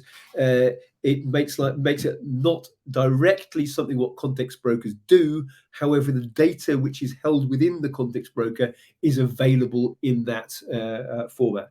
One very useful piece of information is if you are dealing with natural languages in a database, you can usually set up the database such that it understands various natural languages. You can't do that directly in context brokers because if you want to do data sharing, because obviously I need to get data from potentially multiple locations. So the one way you can get around this is you can create your own collation index. Let's say I wanted to search for street names for my buses in Spanish, right? And I don't care whether they've spelt the values using uppercase letters, lowercase letters, whether they've got an accent on the A or not. You can, in this case, I would add in a property of a property to have the collation index, which I would be able to search on. So I could just say, okay, take whatever the value when I'm doing the insert, take whatever value it is, add in another property of property saying, okay, strip all the accents, put it all lowercase, and I can then make queries on that element. Should this be necessary? Similar example, if you want to get a search on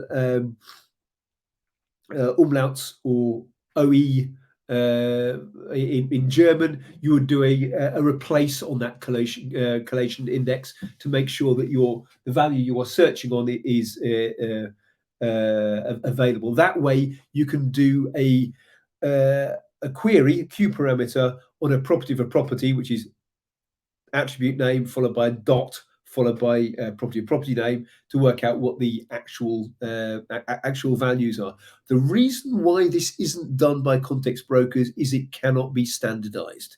Languages are very, very tricky to deal with.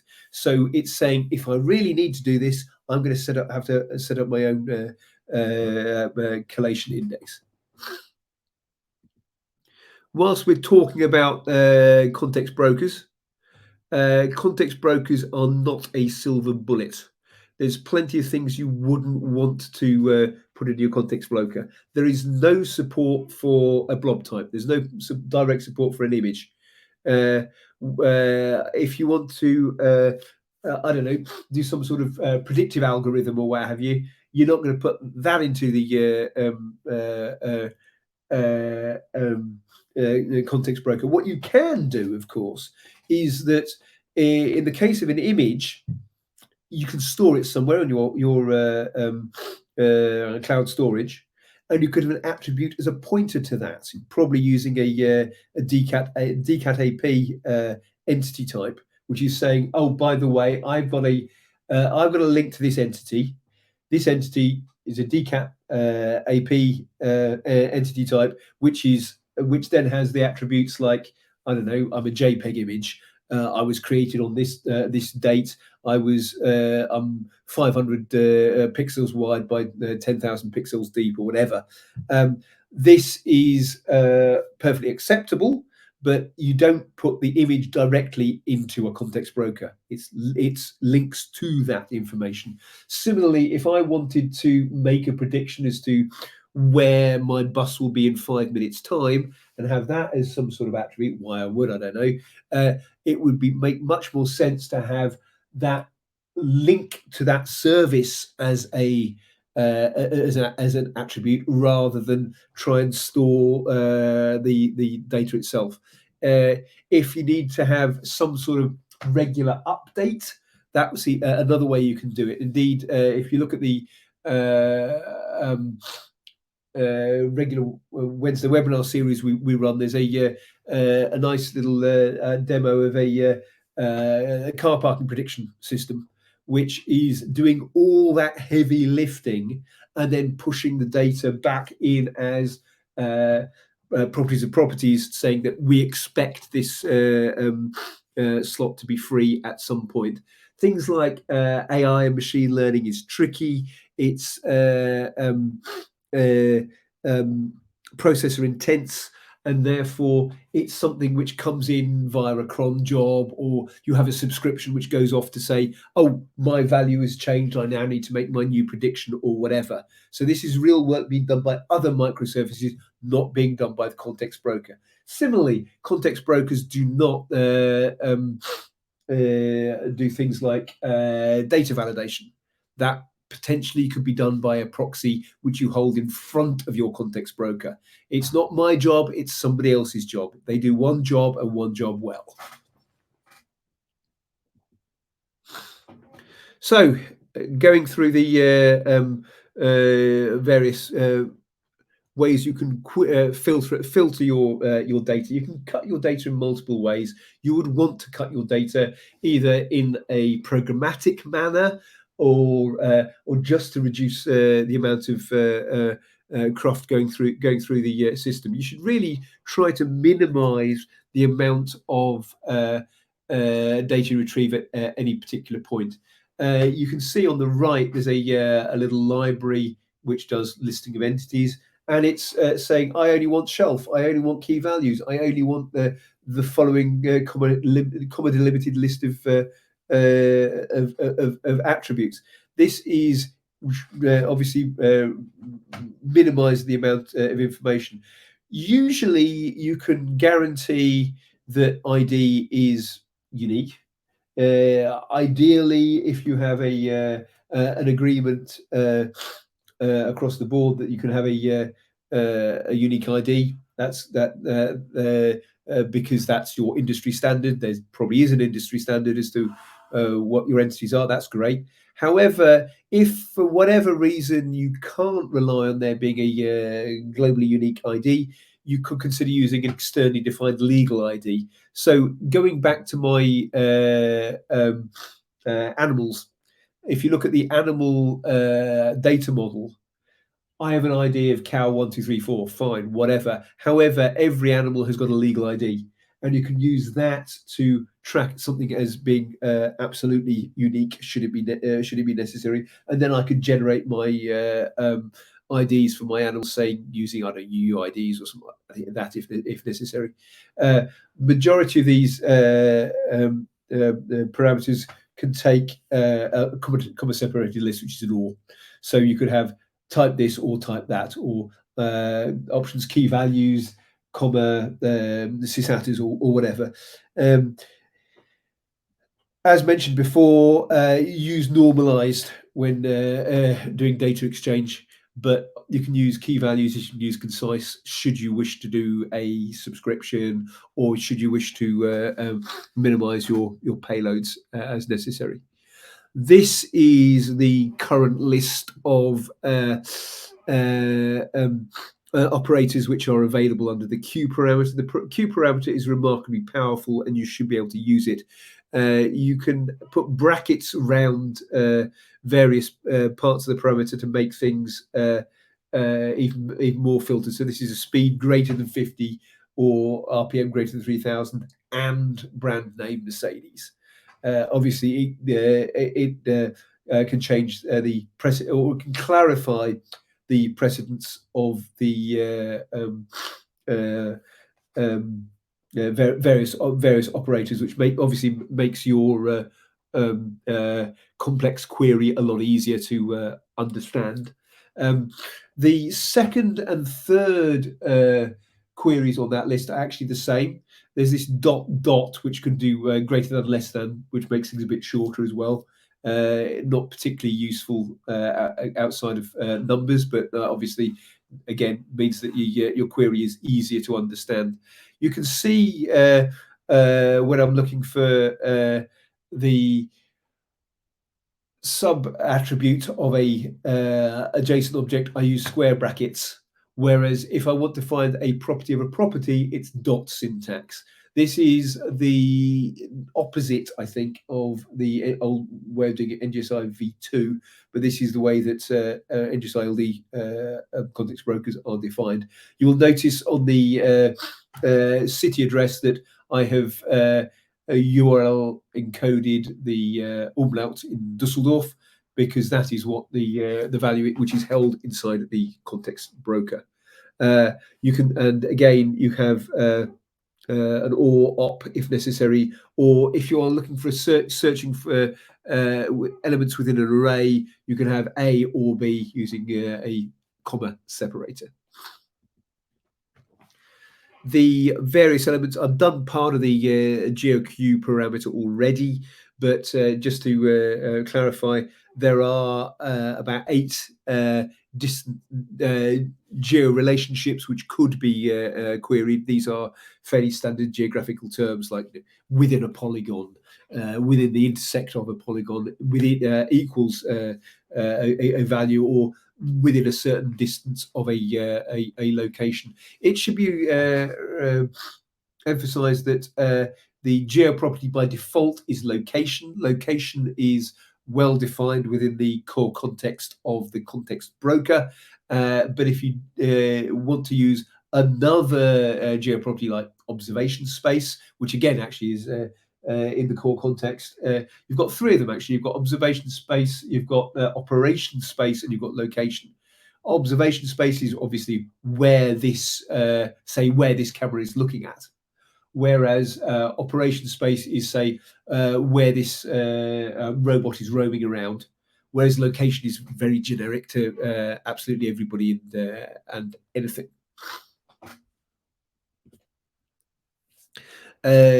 Temporal parameters are obviously more limited. They're before, after, and between. You can see here that but there is this time at, but there's also an end time at big for the specifically for the between element. Once again, there is a default for time property, as I showed you how that could be pushed on to modify that, but this is by default observe that. Use observe that for your data. Annotate your values with a property called observe that, and you will find that it's much more usable to other systems. So again, I'm going to get another quick cup of tea, but I'm going to stop this at this point and leave you with a question.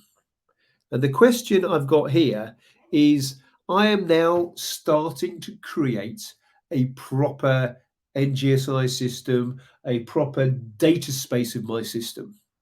And we're going to have to start thinking about how would we generate a usable data space across my example. And the scenario is as follows, right? I have a farm, which is pigs and cows, track my animal collars, and the veterinary practice holds the status of the same pigs and cows, whether they're ready to be slaughtered or they're in calf or whatever. And I also want to find out whether my animals are healthy and whether they're doing sufficiently a number of steps per day, which might be affected by the local weather conditions. So I need to get hold of the weather conditions of the farm and so on and so forth.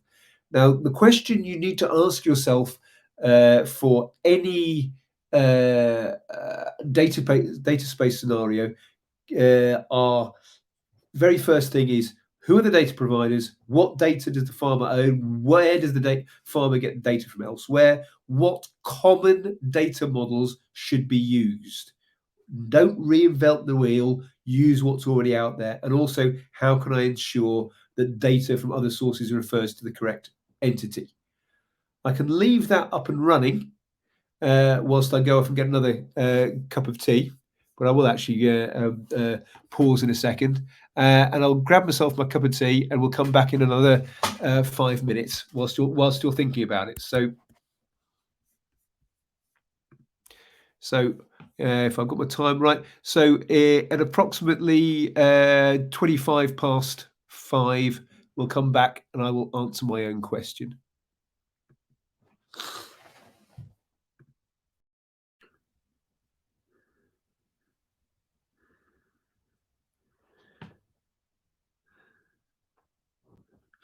Well, welcome back. Wasn't the world's most difficult question, was it? You can see that from this scenario, it's fairly obvious that there needs to be 3 context brokers talking to each other in this system. The farmer obviously has their own context broker. Why? Because they need to be able to access the data. They need to push data into their system. The data which they obviously control is going to be about the animals themselves. They're going to have some sort of record for the each pig, each cow. They will have some sort of entity for each IoT device they have attached to the various animals. So the animal collars are going to be devices of some sort with a relationship to which animal they're attached to. But augmenting their data, they would need data from other systems. They would need data from the vet, who obviously would also have some sort of definition of pig or cow. And they would also want other forms of context data from other third-party providers. So, looking at this into more detail, there we go. There we go. We would be looking at the following sorts of data models. Now, as I said, I don't want to go around inventing the wheel. There already are existing data models on animals. There already are existing data models on the field in which I would be getting my weather data, for example, so AgriParcel.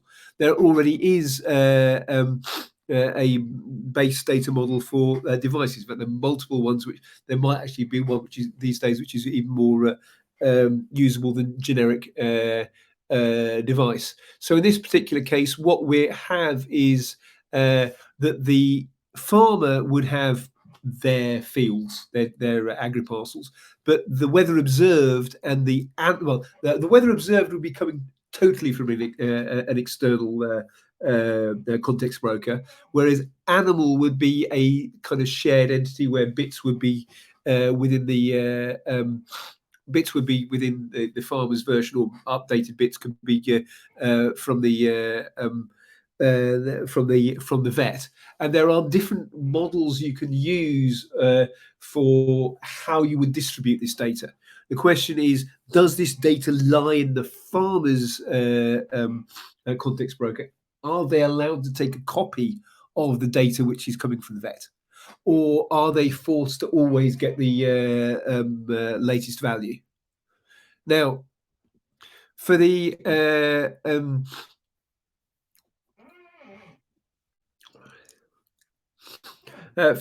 animal model, what we could do here is we could have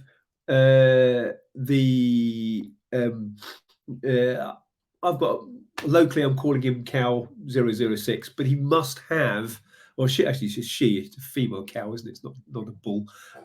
She must have some sort of legal ID. Actually, what happens here is it's the ear tag, which is going to be the legal ID. There is some sort of unique way of identifying Twilight the cow, and there's some sort of way of retrieving the values from the farmer. Now, obviously, from the vet. Obviously, in this particular case, I'm copying my data into my local entity because then I want to be able to do stuff with that local entity. Again, within animal, there is an attribute called located at. Located at is obviously going to be a relationship between Twilight the cow and where Twilight the cow actually is. And what I've decided to do here is I would like to know, for this animal, I'd like to know what were the weather conditions on that animal at that point in time. So we would be able to work out what is how far has the animal traveled during a day, and based on the weather conditions, maybe that would indicate, this animal is not moving as much as we expected. Maybe we should call the vet.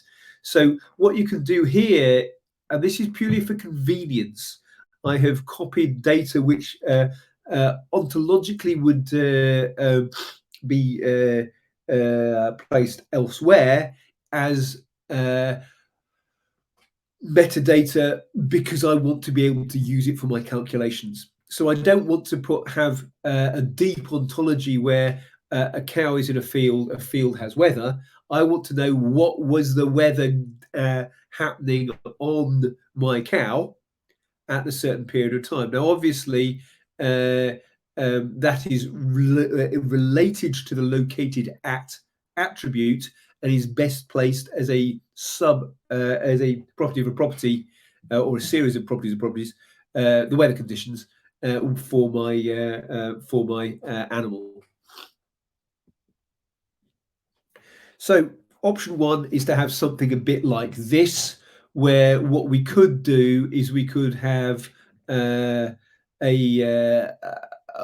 pull subscription type mechanism, where I could have an attribute on my cow called refresh vet data.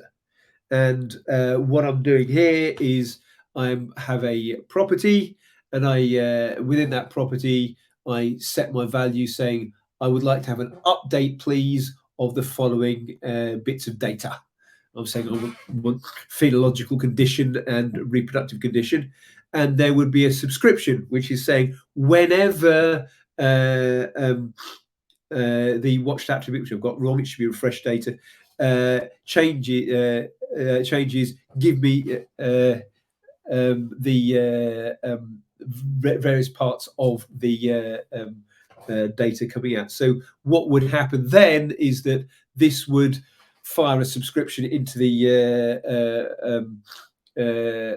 vet. The vet would then pass their data back using whatever business logic is necessary. You notice that in this particular case, I am pushing via legal ID, and therefore there might be additional changes which might need to be done. Fine, it's a microservice if necessary. Data is messy sometimes, but in the easiest way, we've got the in the subscription, we've got the ID, we've got the type, we've got the legal ID, we've got the attributes we want to get hold of. We should be able to do a push. Now, I've not put in any security around this. You can probably work out that you will need some sort of distributed trust to work out, yes, vet A can pass data to farmer B or whatever. Option 2. This is more of I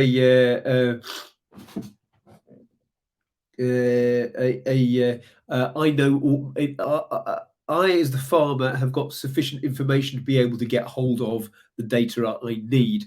I could use something like related source. Again, I'm looking at the standard data model for AgriParcel. AgriParcel has got attributes which will say, oh, by the way, this field, which is my unique ID, it's kind of related to somebody else's unique ID as well, you know, by the way, which has got, again, more metadata saying, oh, by the way, this unique ID for related source, which I'm dealing with, it's kind of related to that external weather station application. So you've got sufficient data in AgriParcel to be able to make that necessary request. So at that point, we could, I think I want the next slide. And obviously, the AgriParcel itself would have potentially weather conditions. You know, this is what it's currently raining on me, or it could be a registration onto that external system, depending on whether you want live data or you'll have to pay for the data and you have to pull it occasionally. In this particular case, what we could do is, because we've got sufficient data in the metadata of the AgriParcel, is that we could then make a request for a subscription request to say, this is now changed, go off and get this from that particular user.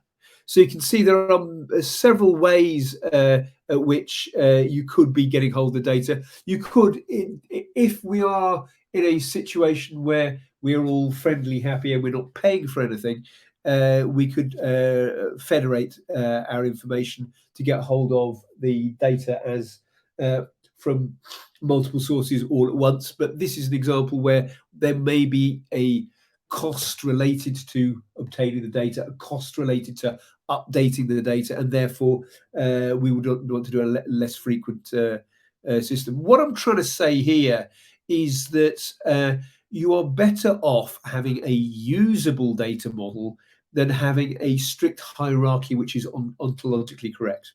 You could have said animals don't have weather conditions. Well, they didn't. They had a located at which in turn had weather conditions. Fair enough.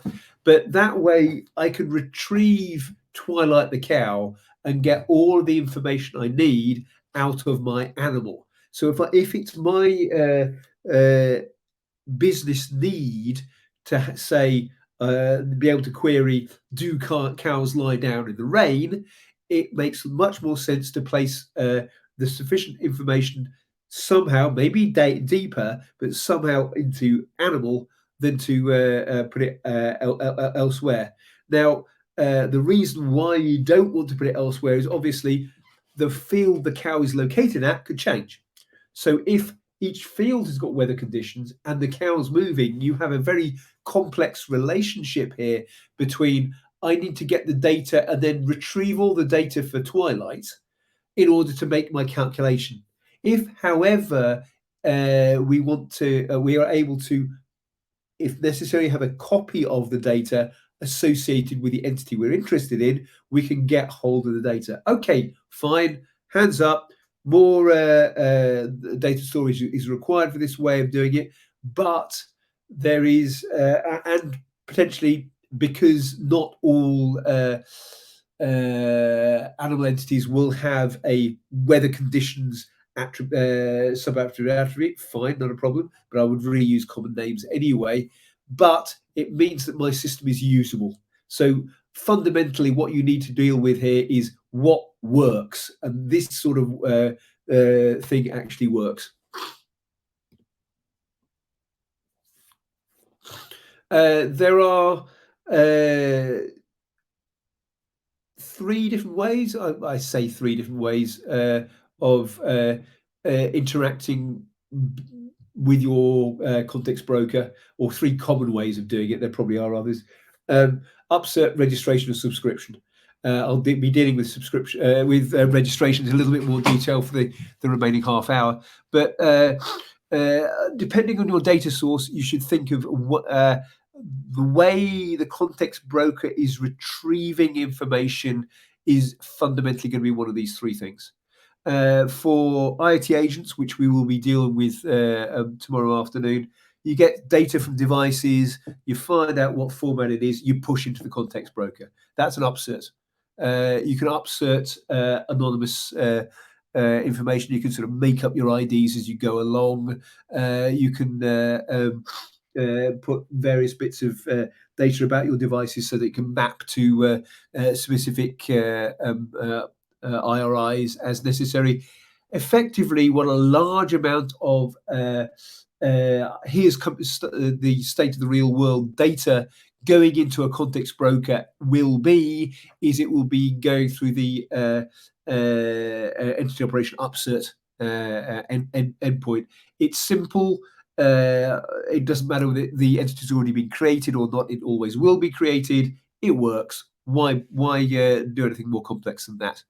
Now, registration may be set up for either a federated environment or an actuation, but not both. This is defined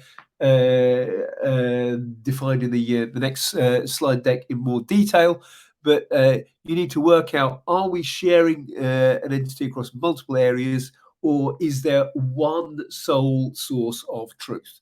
If there's a case where I only want to get the data from that weather provider, I don't want to have a copy, fine, that would be an exclusive registration. If, however, I get data about my fields from my agricultural system, and I also want to get my weather data from elsewhere, that's going to be a federation.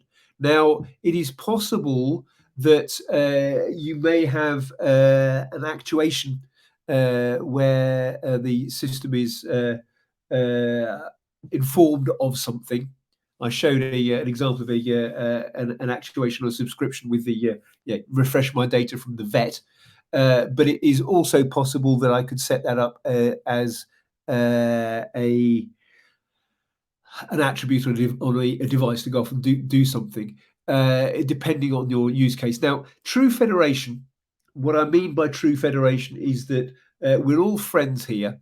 And you can have as much of my data as I like. I'm just giving you what I know about. Implies a greater degree of trust than the various experiments with I4 Trust. Within I4 Trust, you want to have control over your data. You want to have data sovereignty. So that means that I may or may not wish to push my data around your system. And therefore, there should be a check before you can actually get anything from me. If I have a proper, true federation, I'm happy to share stuff. In general, you can get overall data from multiple brokers as if it was just a single broker. So that's the end of that particular section. Don't worry, there's still more to go. I'm going to check to see if there's any questions in the chat before we go further. So, are you still there, folks? If there's nothing more, I've got one more section to do. There was at least a couple of things up there. So no questions on that so far. So I will bring up my final slide deck, you'll be pleased to know. and we'll see how it works. So where are we? That's all right. So I just want to stop sharing for a second.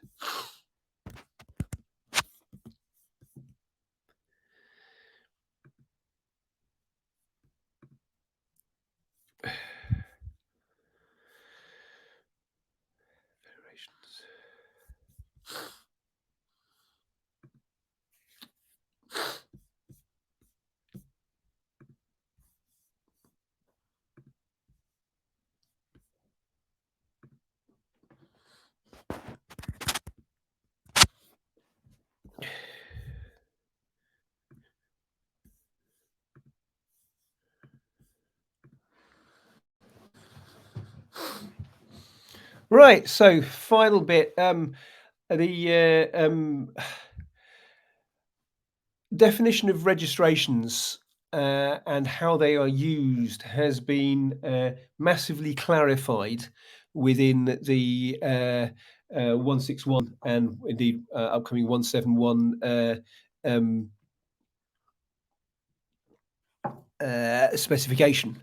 So I'm going to go into a few more detail of how registrations are uh, well defined and going to be used going forward, as well as covering some of the more obscure parts of the API specification you may or may not need. If you find out that actually, yes, this is relevant for our use case, you'll be pleased that you've been made aware of them before trying to create your own own solutions. Whilst we're at it, I can see there is a question. Yes, slides are definitely going to be made available. If for whatever reason, I believe the way it's going to work is that someone will make an announcement saying the slides are over here. But if that doesn't work, as I said, contact me on LinkedIn. I can send you a copy directly or give you access directly. Because yes, obviously, my slide deck works for me, but it needs to be updated, maintained, and may well make more sense to be modified by you. So I'm happy to share.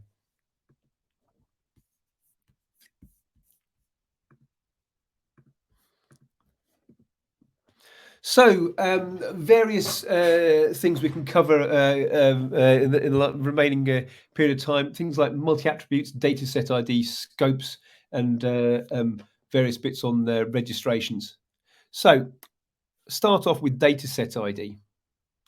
Data set ID is used where you might have a problem like this, is that we could get a property which is fundamentally one value, but we could get it from multiple different systems. So in this case, we're getting a speed from a speedometer, but also from some sort of speed camera, and we're getting it from the navigation system. They are the same, but they're different. As you can see, the values or calculated values, it needs to be able to distinguish between the various values. Well, obviously, if you have a simple attribute like speed, there's no way to distinguish it. You just directly overwrite it. But what you can do for both properties and relationships is you can add in a so-called dataset ID. A dataset ID is obviously related to a URN, which is a bit like saying the value related to this particular thingy. If you don't place dataset ID, it's the default value. That is the 95% use case. The only place I've seen attributes, dataset ID making real sense is relationships. And I think I'll come into that later. But if you have this situation, a retrieve will get all your values back, but you are able to update an individual value by specifying a specific dataset ID. In this particular case, you could create an entity using speedometer, but you could also add in further speeds by putting in the same value. You can see it's an array. Each one's an individual data set ID. The overall result is just saying, okay, I have a speed attribute, but I'm getting multiple potential values back. Probably more useful is a dataset ID with relationships. Because if I have defined friend as a relationship, it's an object. An object is a link to a single entity. Now, in this case, I have more than one friend. So it would be possible to have an object pointing at John, but also an object pointing at Paul. And the way to define the difference is because obviously I would have a dataset ID for each one of these, so I could have multiple friends rather than just being lonely. There's nothing wrong with having specific metadata associated to a single part of that relationship. I happened to show this with my same as example on the language-based entities. In this particular case, I've got a best friend. I only have one best friend, but that best friend is associated with a single dataset ID. Obviously, if necessary, again, I could modify the data as necessary. I very briefly mentioned scope previously. This is going to a little bit more detail. Scope is how to get through a hierarchical query. So do I want to get everything from Madrid? Do I want to get everything from certain gardens in Madrid? Do I want to get everything from a certain flower bed in a certain garden in Madrid? So on and so forth. There is a scope parameter, which is the equivalent of the NGSI LD, NGSI V2 FIWARE service path, which means that you can put a value at the baseline of an entity, and you can do a scope queue just to retrieve only entities which match this particular scope. It is different to V2 FIWARE service path, but it's the same overarching concept. Effectively, like ID and type, which you'll find all over the place, you can, at the baseline of an entity, place a scope or rather an array of scopes if necessary. And you can then query for it using the scope queue parameter, which acts very much like an MQTT subscription. So you can match for a group or whatever. If you're going to use scope, you will need to be using the Scorpio broker at the moment. I believe it's the only one which supports this concept property, but properly, not property. But it is also possible to make a query over multiple scopes if necessary. Here is a quick example. You've got something which is in Heidelberg, something which is in Charlottenburg, different part of Germany, and you can then make a query using the scope queue. It just reduces things to a certain area. One area where this would be particularly useful is, let's say you had separate databases, separate context brokers dealing with certain scopes. You could actually do add the scope queue parameter to say a patch, which would then effectively mean that, oh, I only want to update this particular sub-reference of a system. I mentioned tenancy briefly. So this is just going through it. Each you can have one tenant, or you can for the context broker. Basically, I have a set of data, and it's mine, and it belongs to my own context broker. A default tenant is assumed pretty much like when there's no scope queue, it's just everybody. So with if you don't need tenancy because you've only got one user, one client in the system, then fine, you don't need to bother with it. Typically, when you're using IoT agents, it is necessary. I don't think you can set it up beforehand, but this is actually a bit of a gotcha. Because what happens is that if I have put data in using the default tenant, or I put in data using a tenant with a name like FIWARE, if I do a get, I'm only going to get back the stuff from the tenant I'm requesting. So it is possible if I use the NGSI LD tenant header and then do a query without it, I'm going to get no data back, and I'm going to wonder what on earth's gone wrong. But this is because my data is separated, and as I said, it's legally separated due to it's separated usually due to legal concerns. Now, registrations are now a lot more complicated than they used to be in 1.6, and and there'll be even further clarifications in 1.7. But this is the basic way of dealing with stuff. Now, this might not be for you.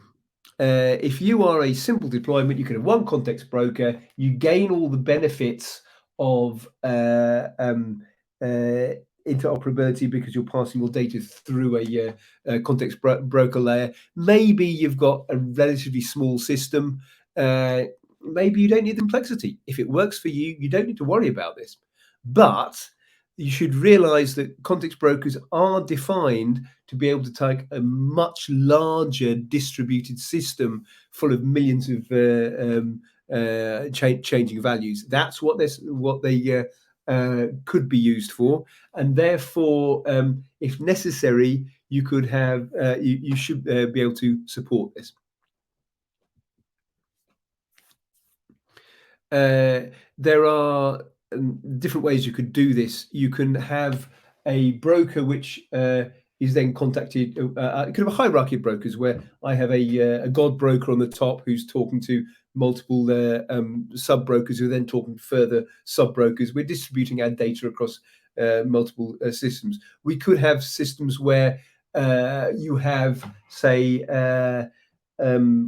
data which is held within a device which I want to get hold of. Classic example of that is battery level, where I can say I can offer you the device battery level, but I'm not going to keep informing you about what my battery level is, because each time you make the request, it's going to start draining my battery slightly. So, I have information. I might be able to offer it if you really, really want it. You can also do this for actuations. So you need to be able to get some sort of aggregation across the board as to what's going on. You could also have a situation where I've got data in multiple different bits of information in different context brokers, which I want to mush together, but there's no obvious central control. So less of a hierarchy, more of a setup of peers, in which case I can get the information from multiple brokers at once.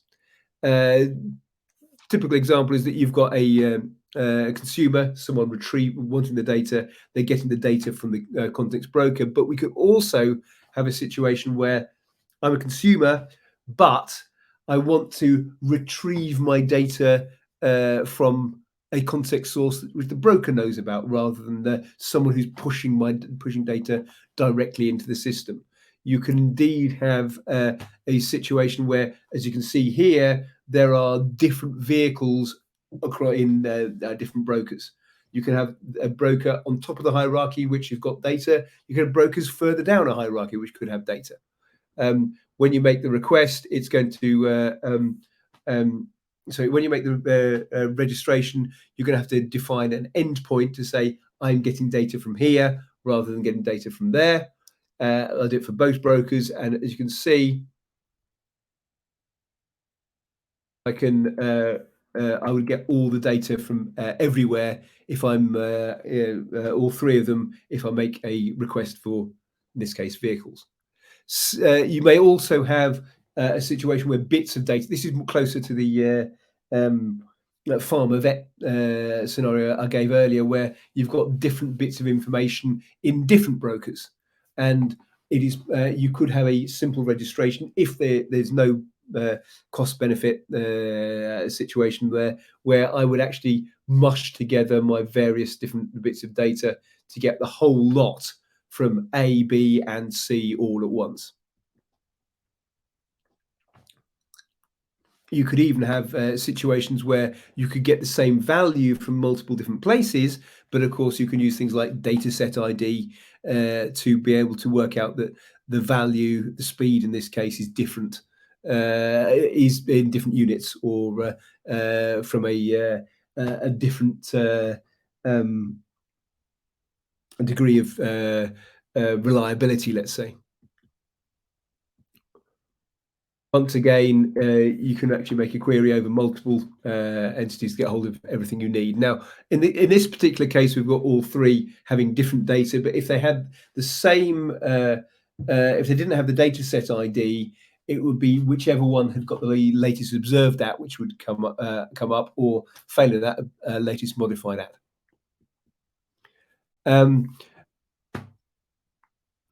It is possible when you are setting up a registration to request data from another context broker on a specific tenant, because as you noticed from the tenant information, that is isolated.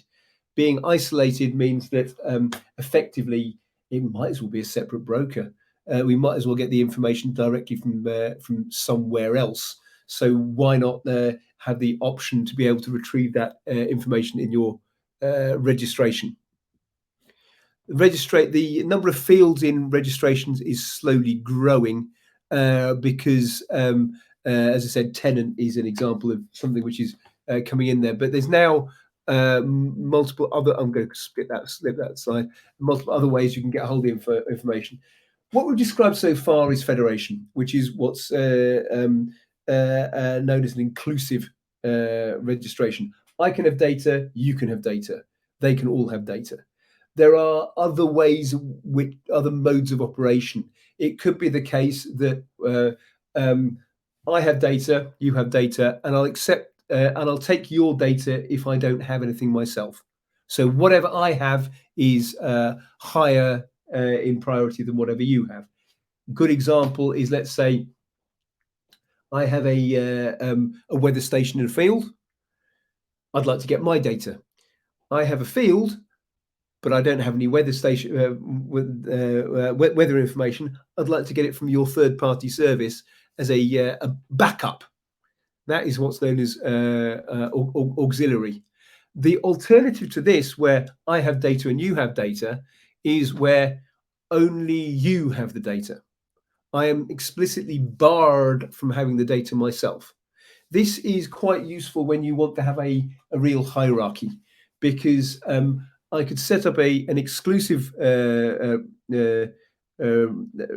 registration or a redirect registration saying, well, take redirect as a good example, where I'm saying all of this data lies in you. Whenever I make a request, I'm basically just forwarding it straight onto you. And because I don't hold any data, there's never going to be any conflict between whatever I have and whatever you have. Whatever you have will win.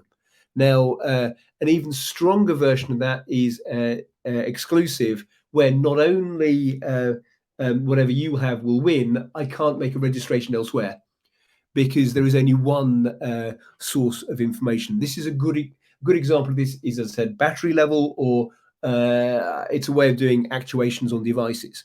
If you don't want to track the commands which you've sent to your device, you can just say, okay, just send this down, just send this lump of information down to the device. It'll go off and do something with it and have done with it. Now, it is possible just to get my data by using this local parameter. Local equals true means I'm not going to bother firing any registrations. As I said, context source registration is now getting more and more complex. There are two major components here. The others are a little bit obscure, but the important points here are mode and operations. Operations is there are multiple endpoints in context brokers, as you probably realized. Everything from updating entities to querying to temporal endpoints or what have you. There are groups of these which are of use to context brokers. So the default set of operations which are available is so-called federation ops, which is get everything and allow people to set up queries. But if you are in a situation where you need to be able to patch onto somebody else's context broker, let's say, you might want to add in additional fields. It's basically it's a bit mask allowing you able to do additional bits and pieces as necessary. Similarly, it is possible to offer additional information to registrations where they may wish to do additional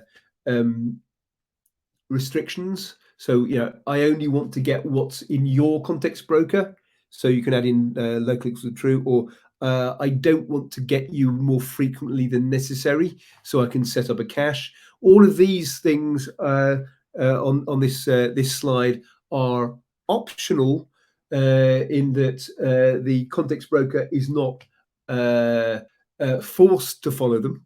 However, obviously, they are in everyone's interest if the broker could support it, because it reduces the amount of work that is necessary.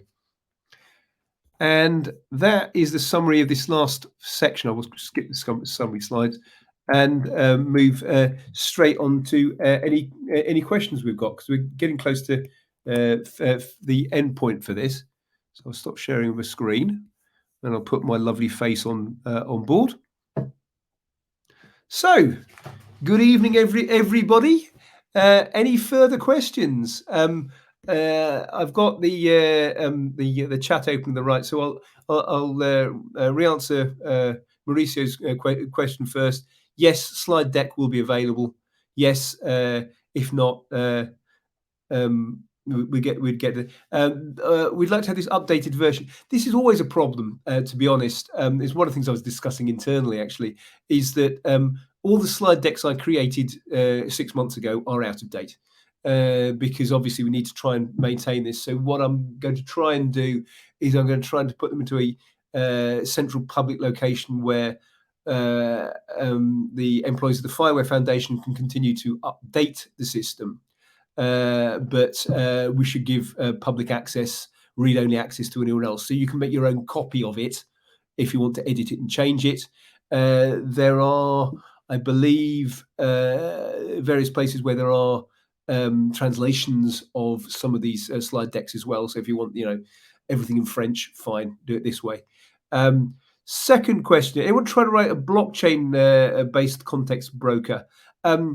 There is, or there are several components around the context brokers themselves, which would be in a position to either persist data into a blockchain, showing you that was the status of the system at that point in time, or the alternative is that you could have a listener on changes to a blockchain, which would then push data into a context broker.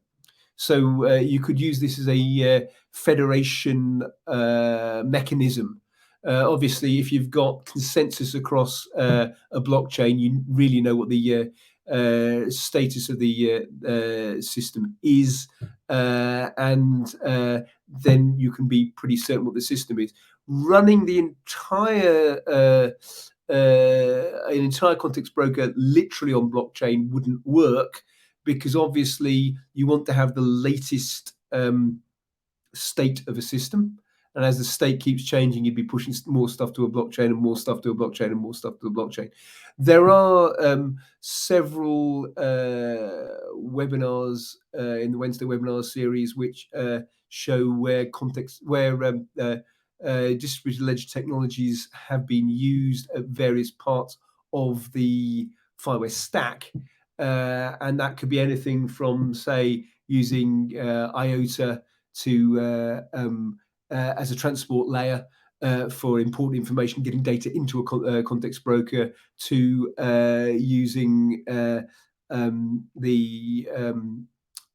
FIWARE Canis Major component for effectively pushing something to a context broker, and then also pushing a receipt to a blockchain, so that you can show that the system is performing as expected. There's actually a pilot in Leuven in Low Countries, where this is being used to validate access to a city centre system.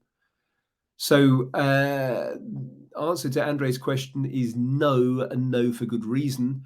But blockchain is one of the elements which is attached to microservices surrounding a context broker, which should be tomorrow's or part of tomorrow's session. Next question. How is performance of NGSI LD compared to NGSI V2? It depends. It depends on which context broker you're using. It depends on what sort of data you're putting through the system. It should be the case that NGSI V2 is simpler, and therefore it should be quicker. But that rather depends on your context broker, which in that case would be Orion Classic, being quicker than another context broker out there. Multiple NGSI LD context brokers available. I think there's a couple of V2 ones, but there's one major one, which is Telefonica's Orion. And therefore, if someone is quicker at doing the persistence or quicker at doing the request, you get a higher throughput. Within the FIWARE Foundation, there are publicly available some speed tests across the NGSI LD context brokers, so you can see where various context brokers are better at performing than others, or worse at performing than others. But even then, it's going to be a matter of what am I trying to do here? Because typically you look at Orion LD. Orion LD is lightweight, relatively quick. But probably would fall over under a much lower load than, say, Scorpio. Scorpio is going to be slower in general on its transactions, but is designed for massive federations.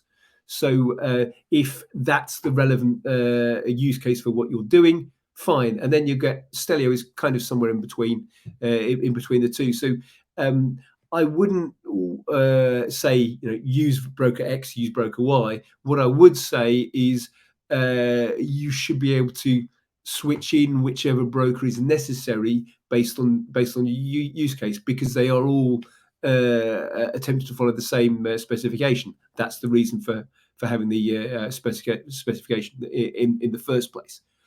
Right, next question. Is there a roadmap for up and coming updates of the NGSI LD specification? There is I believe there are public documentations in Etsy which state where they believe the specification will be going. There are regular technical steering committee meetings once a week within the FIWARE Foundation, and all of the deliberations of all the minutes, all the deliberations of the technical steering committee are available to the general public.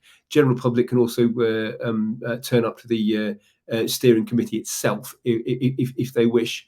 Each of the context brokers within available on GitHub has got an individual roadmap saying, we want to do, I don't know, language properties next. And there should be an indication of which parts of the 171 specification will be covered in the near future. As I said, if you take something like Scope, for example, you will be using Scorpio, because that's the only one of the major brokers which is currently covering Scope properly. Fine. The others will catch up when it is economically worthwhile then putting the effort into to cover that bit of the specification. Everything I did on Thursday covered by all brokers. Probably about 80% of what I've done today, things like temporal, things is covered by everybody. I think they've all got language map now, or at least two of the three have got language map. It's as you get further and further in the into the specification, you may well be restricted through a single broker today, but give it 6 months, they'll all be up to the 161 or the 171. Or, of course, let's say there is part of the specification which you'd like, broker X to do. Raise an issue on GitHub. Find out when. Ask them directly. Ask them directly. Are you considering doing this, or raise something yourself because you have.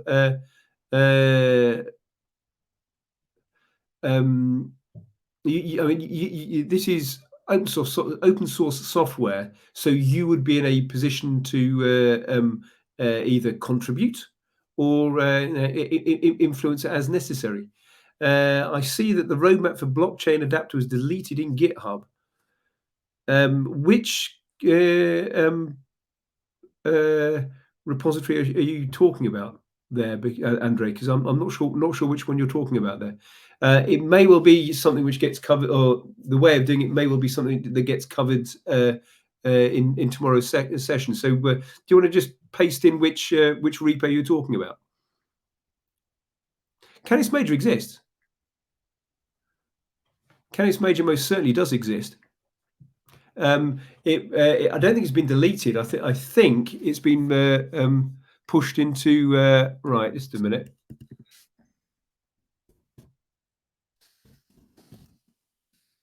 Pretty certain it's in the FIWARE repository, is it?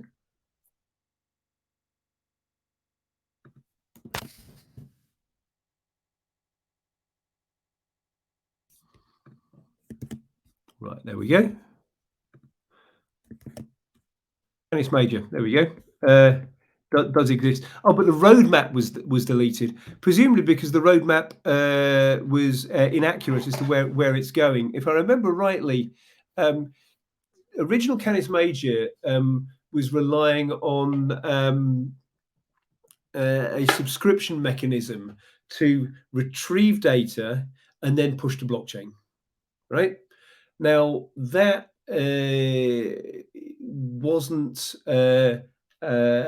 the right way to do stuff, because you can only be certain that a blockchain has got its data once the data is settled. So you can't just say, "Oh, I'll accept the stuff and then I'll push to blockchain." You need to do it the other way round, or you need to do it in parallel. So it's better to have a situation where I can do this in parallel, or I can offer the endpoint for persistence and rollback based on what the response of the blockchain itself is. And obviously, the definition of various EBSI compliant blockchains are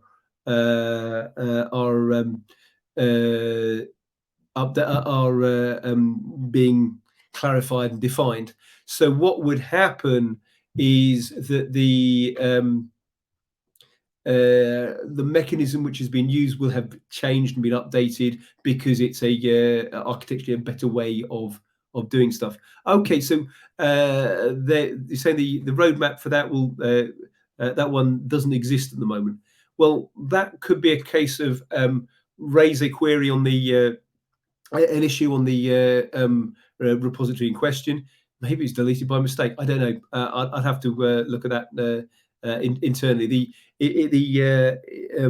Obviously the software exists, and as far as I know, it is still in use. Indeed, I was discussing use of blockchain within FIWARE in a German-speaking FIWARE event about a month or two back. So it's certainly still there and it's still being developed.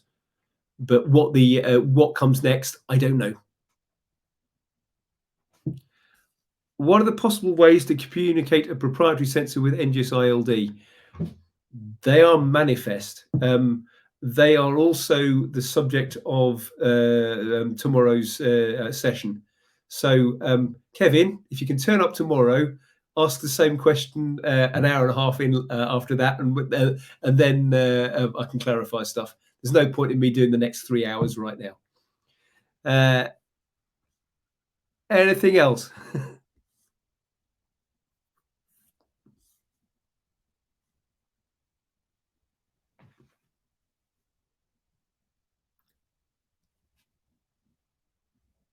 Yeah, going on to the roadmap, I believe maintenance of the roadmap is one of the requirements for the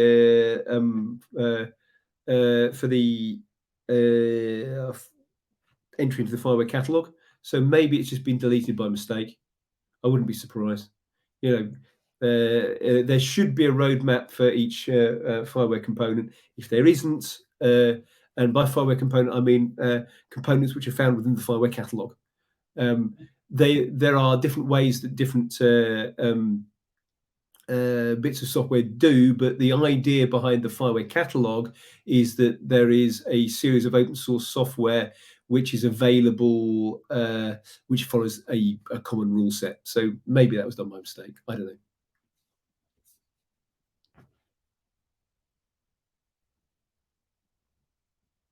Any further questions? Or can I leave you for this evening? And I think I'm back again tomorrow at 3. We've got another 3 hours of this. And I know at least Kevin will turn up because I've got to help hopefully answer his question. So thank you very much for attending today, and I'll see some of you, all of you, or even more of you tomorrow afternoon, 3 o'clock CET. Thank you very much.